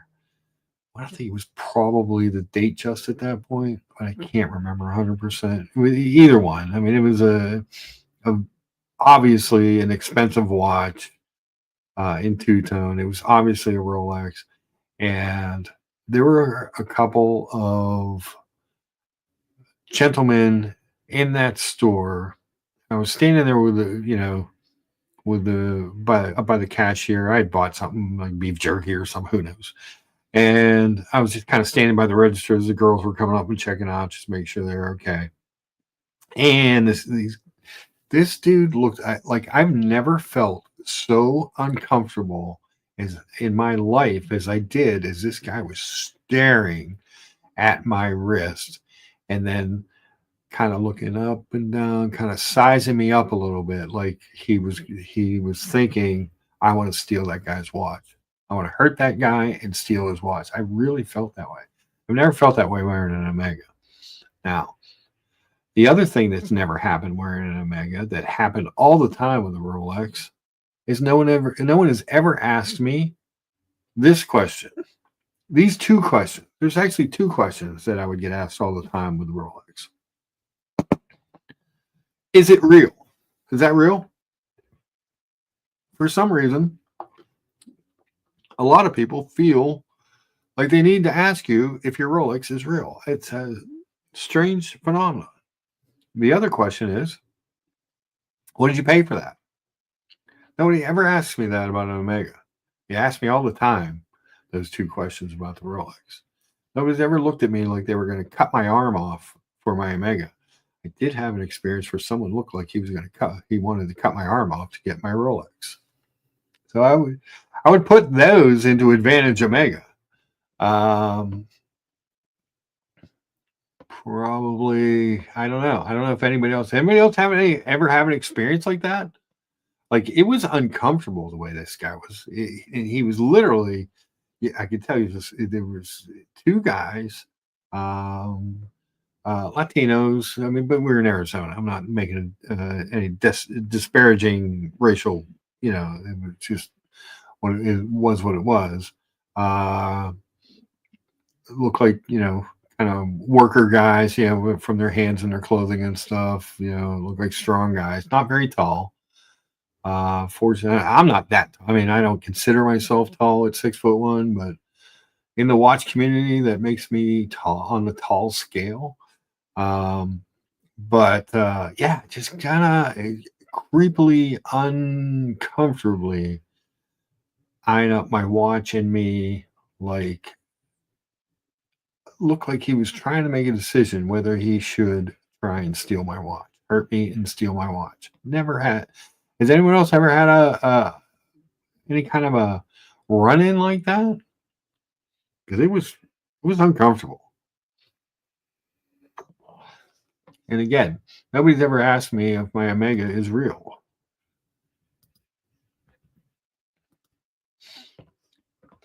Anyone?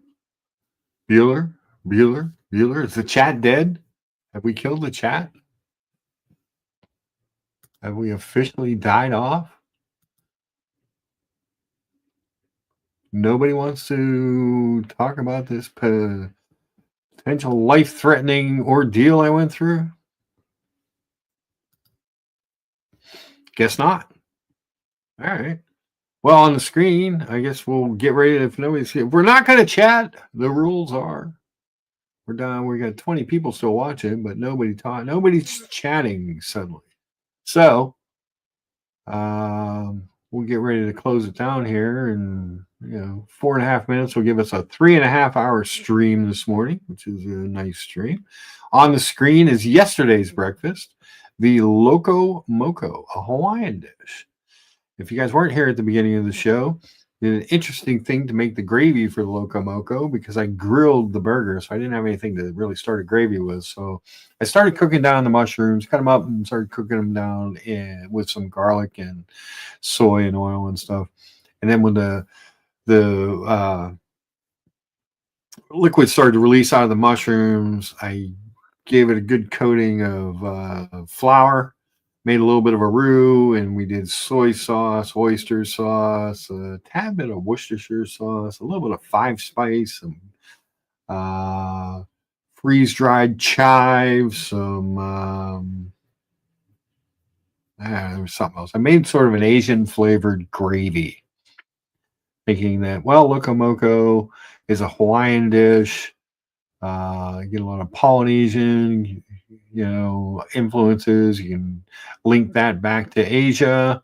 So we made a kind of an Asian gravy for the mushrooms. It was basically the rice, cooked that up in a little bit of garlic, the burger, the gravy, the eggs, the mushrooms. Delicious. Absolutely delicious meal. Can't stress that enough. This morning, we went with the menemen. This is what I promised you last week. Mine did not come out as red and tomatoey, even though I followed the directions. Mine seemed to be more of an egg-based versus the ones that I've seen on the YouTubes and such. But once I broke it up, you could see all the tomatoes that were in there, and I put it in the bowl. But in the pan, it didn't have that same look. But it was delicious. It was the mix of the Serrano, Anaheim, green peppers, the tomatoes, the onions, the whatever it was I put in there, and the eggs. You dip your toast in there, and it was amazing. It's called menemen. It's a Turkish breakfast. I promised it to you guys last week to make another Turkish breakfast. And there it was. We did it. Uh-oh.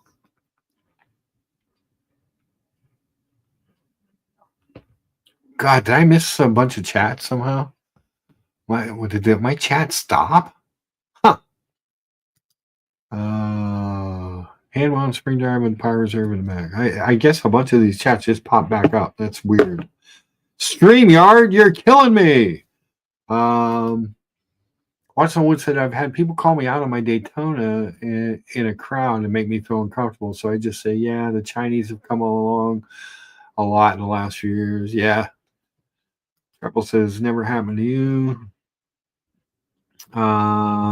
Watson Wood, yeah, it's for the chat stopped on StreamYard. I'm sorry, guys. I'm accusing you of not chatting, and all of a sudden, all these chats, this whole row of chats just came up. Rough. And you can't see it because you're not doing multi-screens or anything. Rough C says, I was robbed 2 years ago my Zenith Daytona. Yeah, you got to be careful. You have to really be careful. Like I said, I've never been in a situation where I felt uncomfortable wearing an Omega. And no one's ever asked me if it was real, which is weird. It's weird that the first thing people think when you have a Rolex is it's probably not real.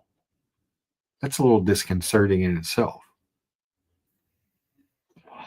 But Rough C, everything was all right. You weren't hurt or anything in the robbery, I hope. And again, insure your watches.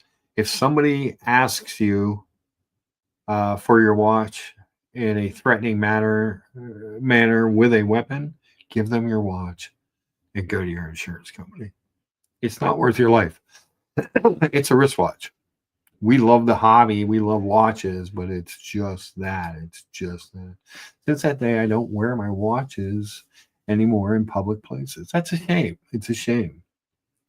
Like I said, I've never been uncomfortable with an Omega, but I did have that one experience with the Rolex where it was more than a little bit uncomfortable. And back then, I had like 2 watches. So I was always wearing the Rolex. I had a Maurice Lacroix Day-Date Pontos was my backup watch. And I had actually bought that when my sub had to go in for service. I didn't have it for months. Twice. I had a bad sub. I had a bad sub experience. But that said, any other thoughts on that type of thing?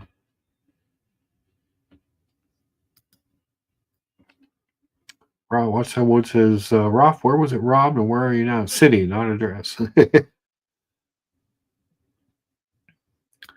Treble says nobody has ever noticed my is Explorer 1 or Explorer 2. I think the Explorer 2 would be a little more recognizable. I think when you don't have a Cyclops, I think a Cyclops date is one of those things that I'm sure people gravitate towards to see if it's something they want to steal.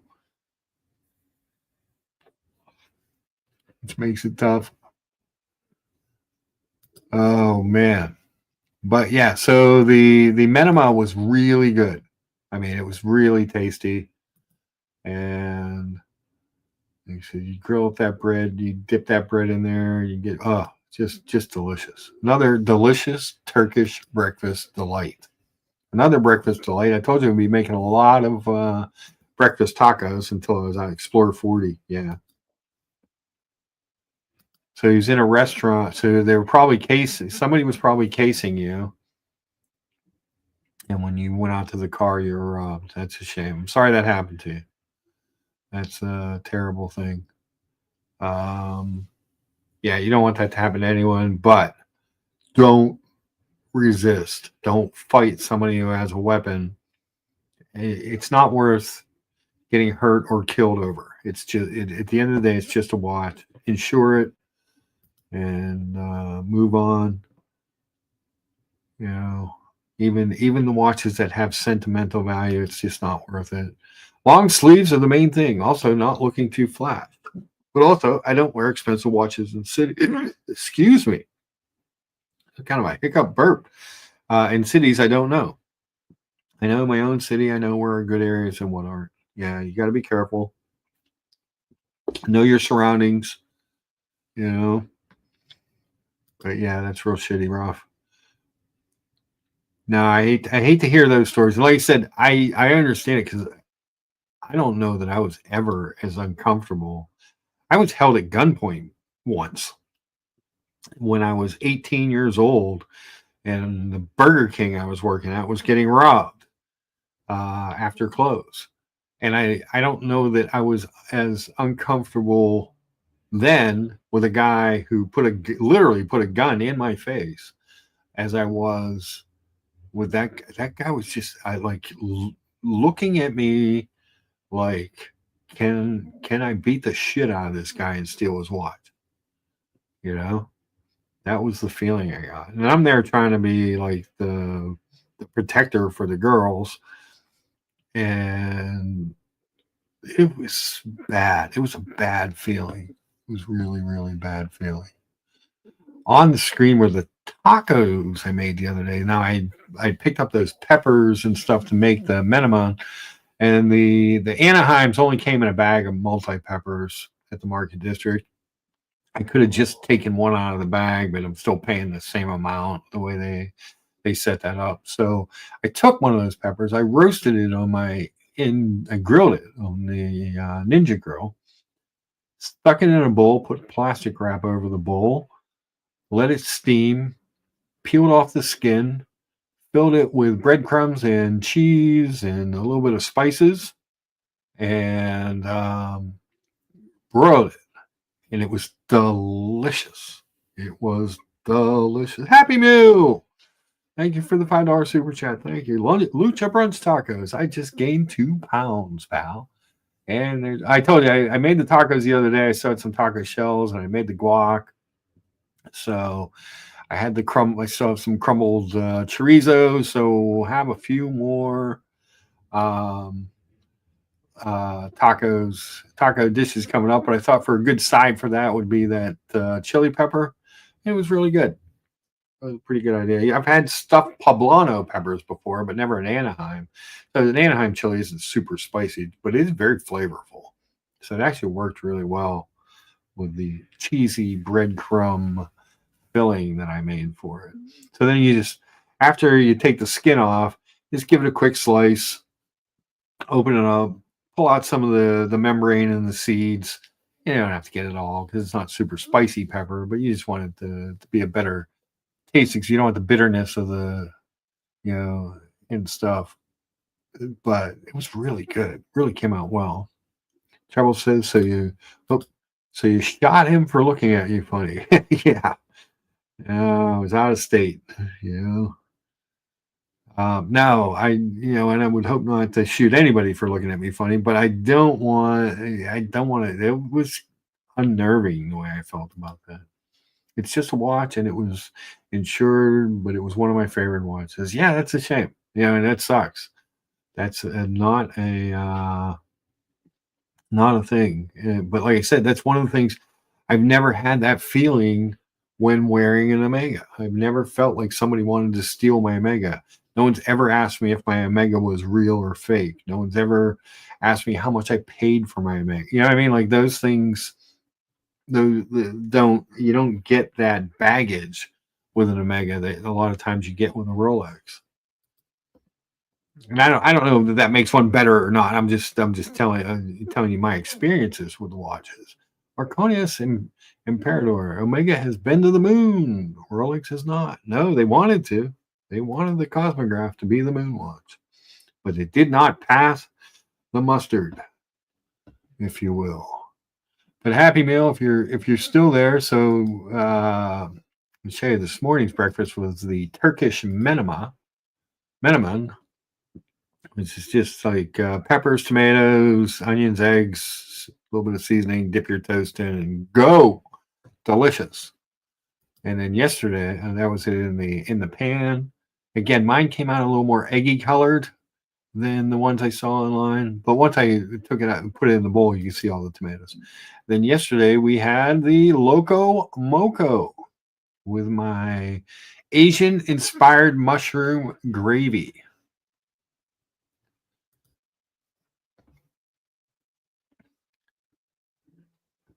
Watch someone says sometimes luck just isn't on your side, Ralph. The mental impact can be longer lasting than infinite. Yeah, that's true too. Yeah. That's part of it as well. Mentally, it's harder to get over being put in that position. It's hard to understand because, most of us would never think of robbing someone. When we see someone with a nice watch on, we want to congratulate them. You know what I mean? Like when I see somebody wearing a nice watch, I want to be like, "Hey, I love your watch. It's great looking." But there are people that will rob you. Muhammad Ali says, Mark always has the best breakfast. Oh, thank you, sir. I don't know. Some of those breakfasts you've shown us, Muhammad Ali, are pretty impressive. Pretty impressive. So, yeah, that's the wide world of food here the last couple of days since we last met on the streams. But, yeah, those all good stuff. All delicious, good stuff. A lot of times what I do, especially when I'm off work, if I have like a good big breakfast, that'll carry me towards dinner. I'll have some snack crackers or something to keep my blood sugar up, but I'll do a two meal day instead of having lunch as well. Muhammad, I have kicked up my cooking game because of the award-winning lucha. Yes, I did win best plating, especially. Loving the use of the stemmed. I use the strawberry fields tomatoes when I can find them, which are, let's see, on the back of this plate. Boom. On the plates. Delicious. And sometimes if I got one that fell off, I'll just throw it on there like I did here on the tacos. Or I'll slice one up and put it on the last of the microgreens that I had. Add a little color, a little pop to the plate.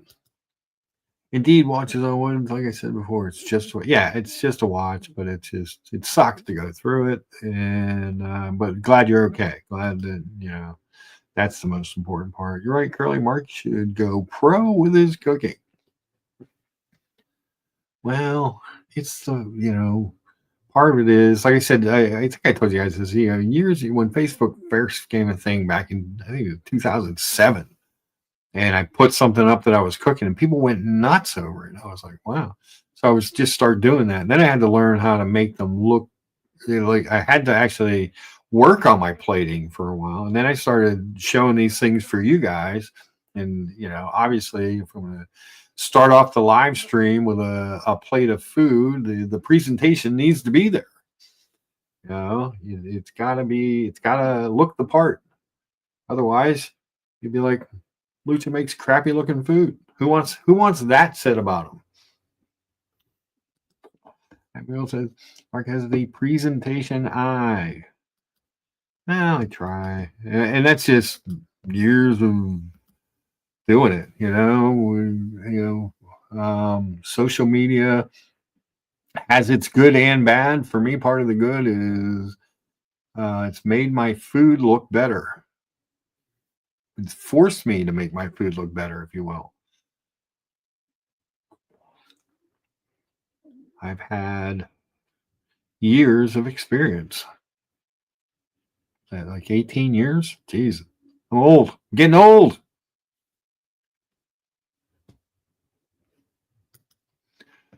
Anthony says Oak Hill Post closed. Oh, you can open a breakfast restaurant in Brookline. There's so many restaurants that go in and out of that little section of Brookline, Anthony. It just seems very few stand the test of time. The Moonlight's still there. I'm not even sure what else is still there from when I first started going up there. So I first worked on West Liberty in the late 90s. And I think the Moonlight might be the only restaurant left up there from, when I first started working there. And even it is, I don't think they use really the back room as much anymore, right? It's more the bar that has survived with like food at the bar. It used to be a bigger operation.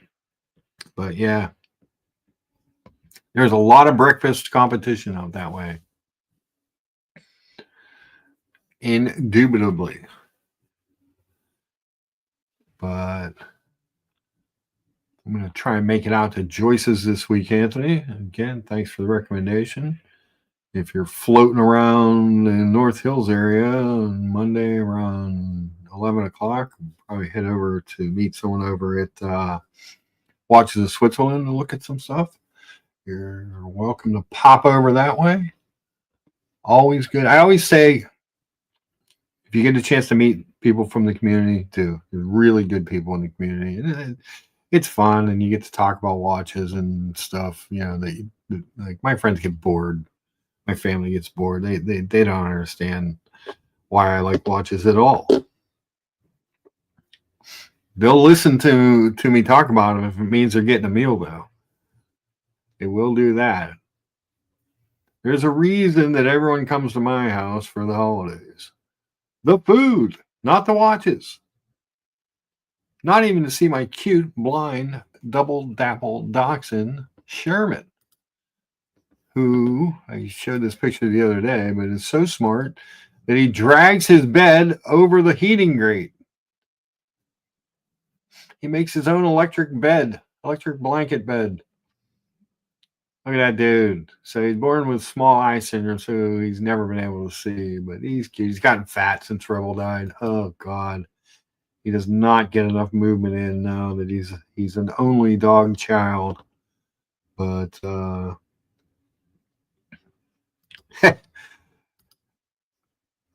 Curly says you need Kojak to make a breakfast drink live. Mixologist meets brunchologist. My favorite breakfast drink, obviously, is the Bloody Mary.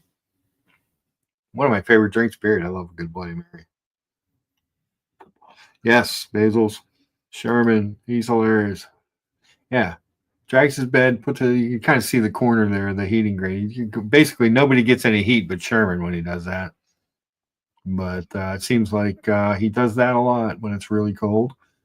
And he's very clever. Very clever dog. But he wants to be warm. He wants to be warm. Who doesn't want to be warm? It's been cold as hell here. Yeah, Shermie is hilarious. He's such a good. That dog is the most just loving creature I've ever met in my life. He loves everyone and everything.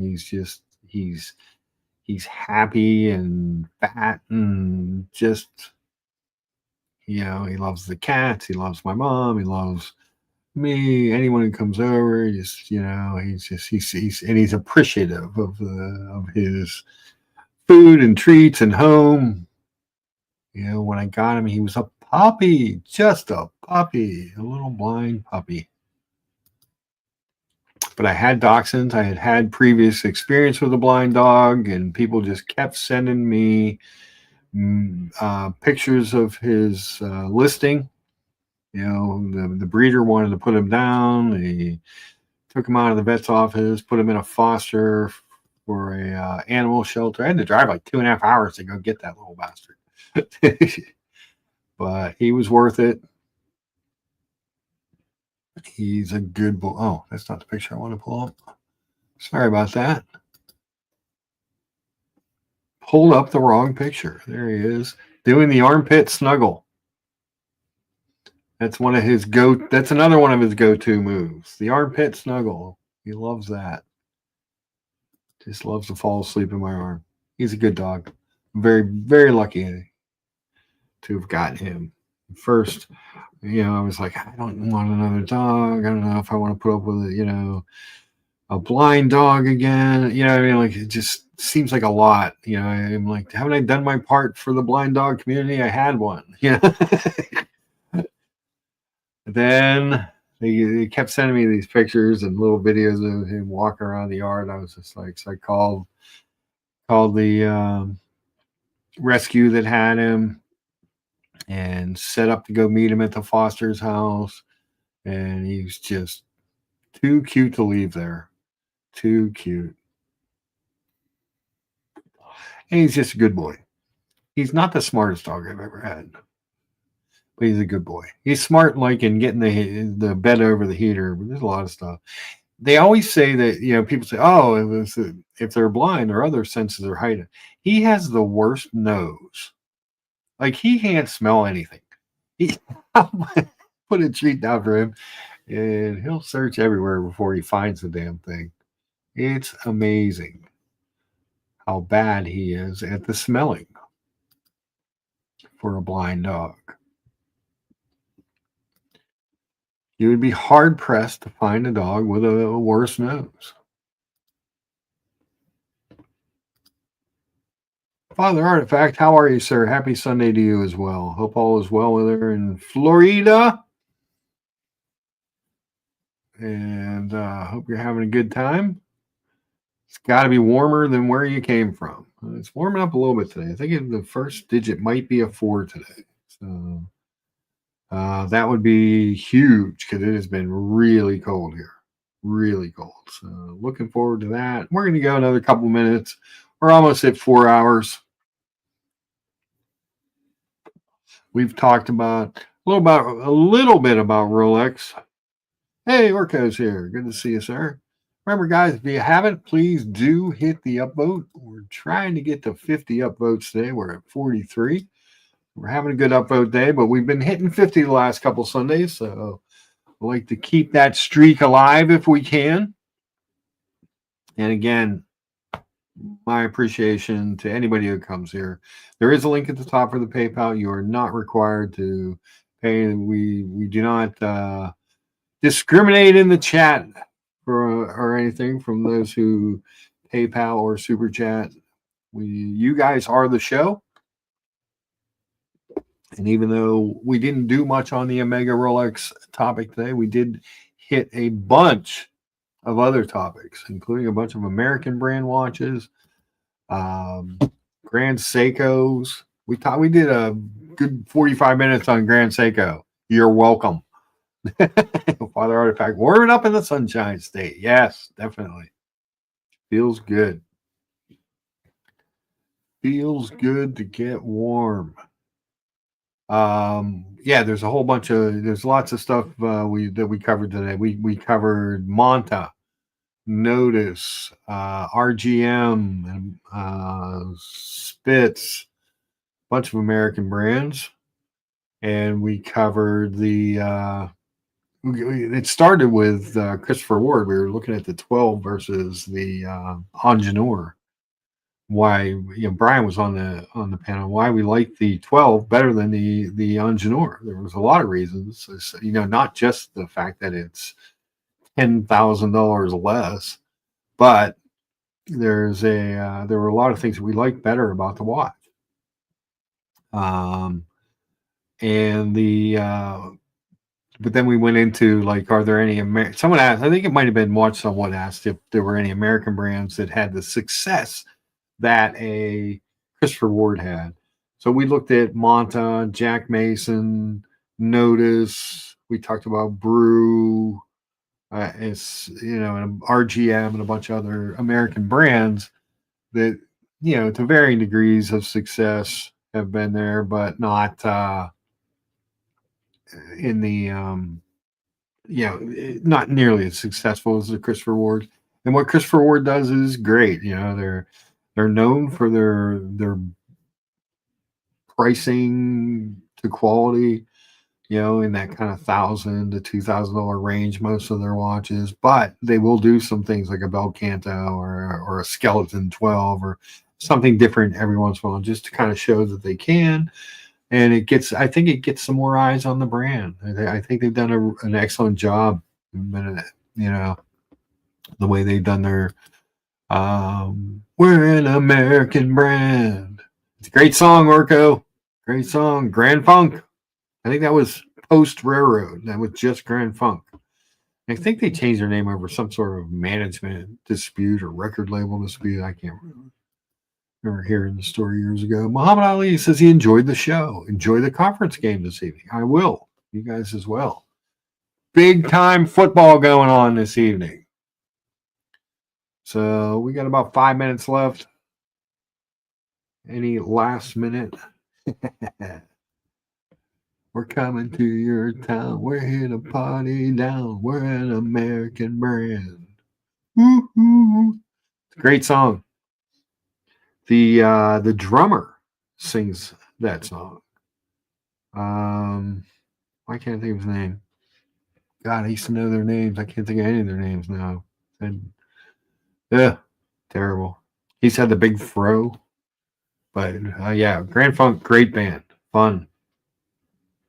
Great songs. Kind of that mix of kind of hard rock, bluesy, funky. It's a lot going on there, but good songs, good songwriting, great singers, great instrumentation. Don something, I think, was the drummer. I can't think of his name. I can't think of any of their names now. Now I'm going to look it up because it's going to drive me crazy.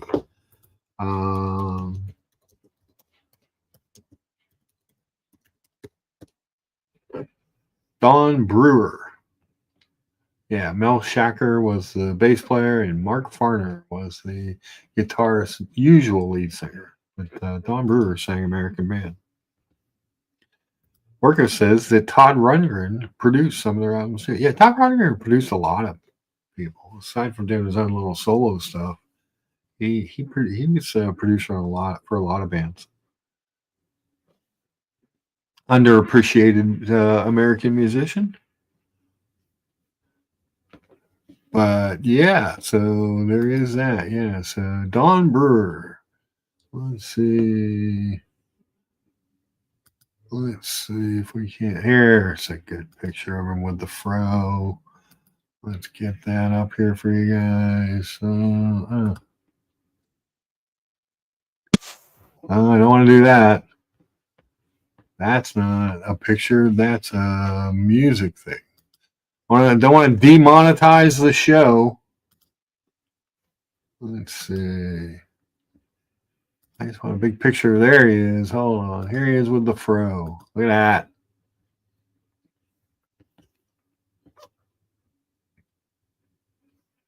that. Orca says, I met Todd Rundgren. Played cards with Todd Rundgren. Shoved Todd Rundgren.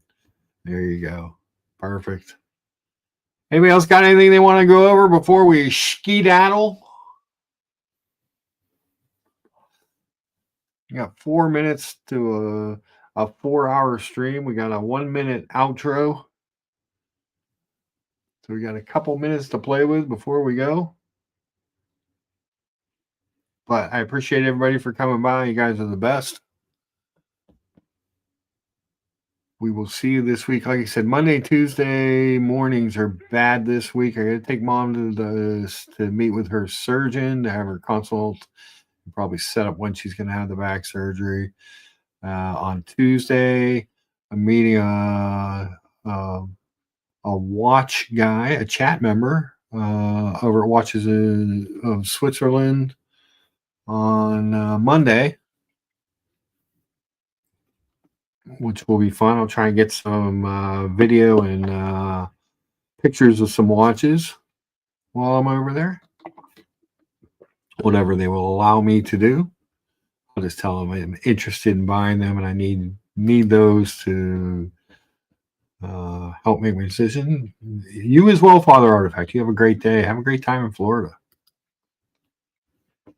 It's a great time to be in Florida. So maybe one of those afternoons, I'm going to try and get out to Joyce's Jewelers and get some pictures and stuff, some watches. I may actually have them take a link out of the Planet Ocean. Because what I've noticed when it gets super cold, my wrist kind of gets a little shrinkage. And then the micro adjust, since I have it all set to make it bigger, I may put the micro adjust in the middle and take out a link because, hold on, it is, so if I do, Roth Antwerp says, great stream, Lucha, thanks, and I hope you get the job. Till next week. Yeah, prayers, good wishes, good vibes, always appreciated towards that. I should know something, hopefully middle of the week. I'll share with you what I got. But my thought is on this, so the watch fits the way it is.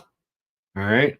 But when it gets super cold, I can't do the micro adjust because I have the micro adjust set all the way in. So I'm thinking if I do it on the midway point, I could have them take out a link and then have the ability to adjust it bigger or smaller.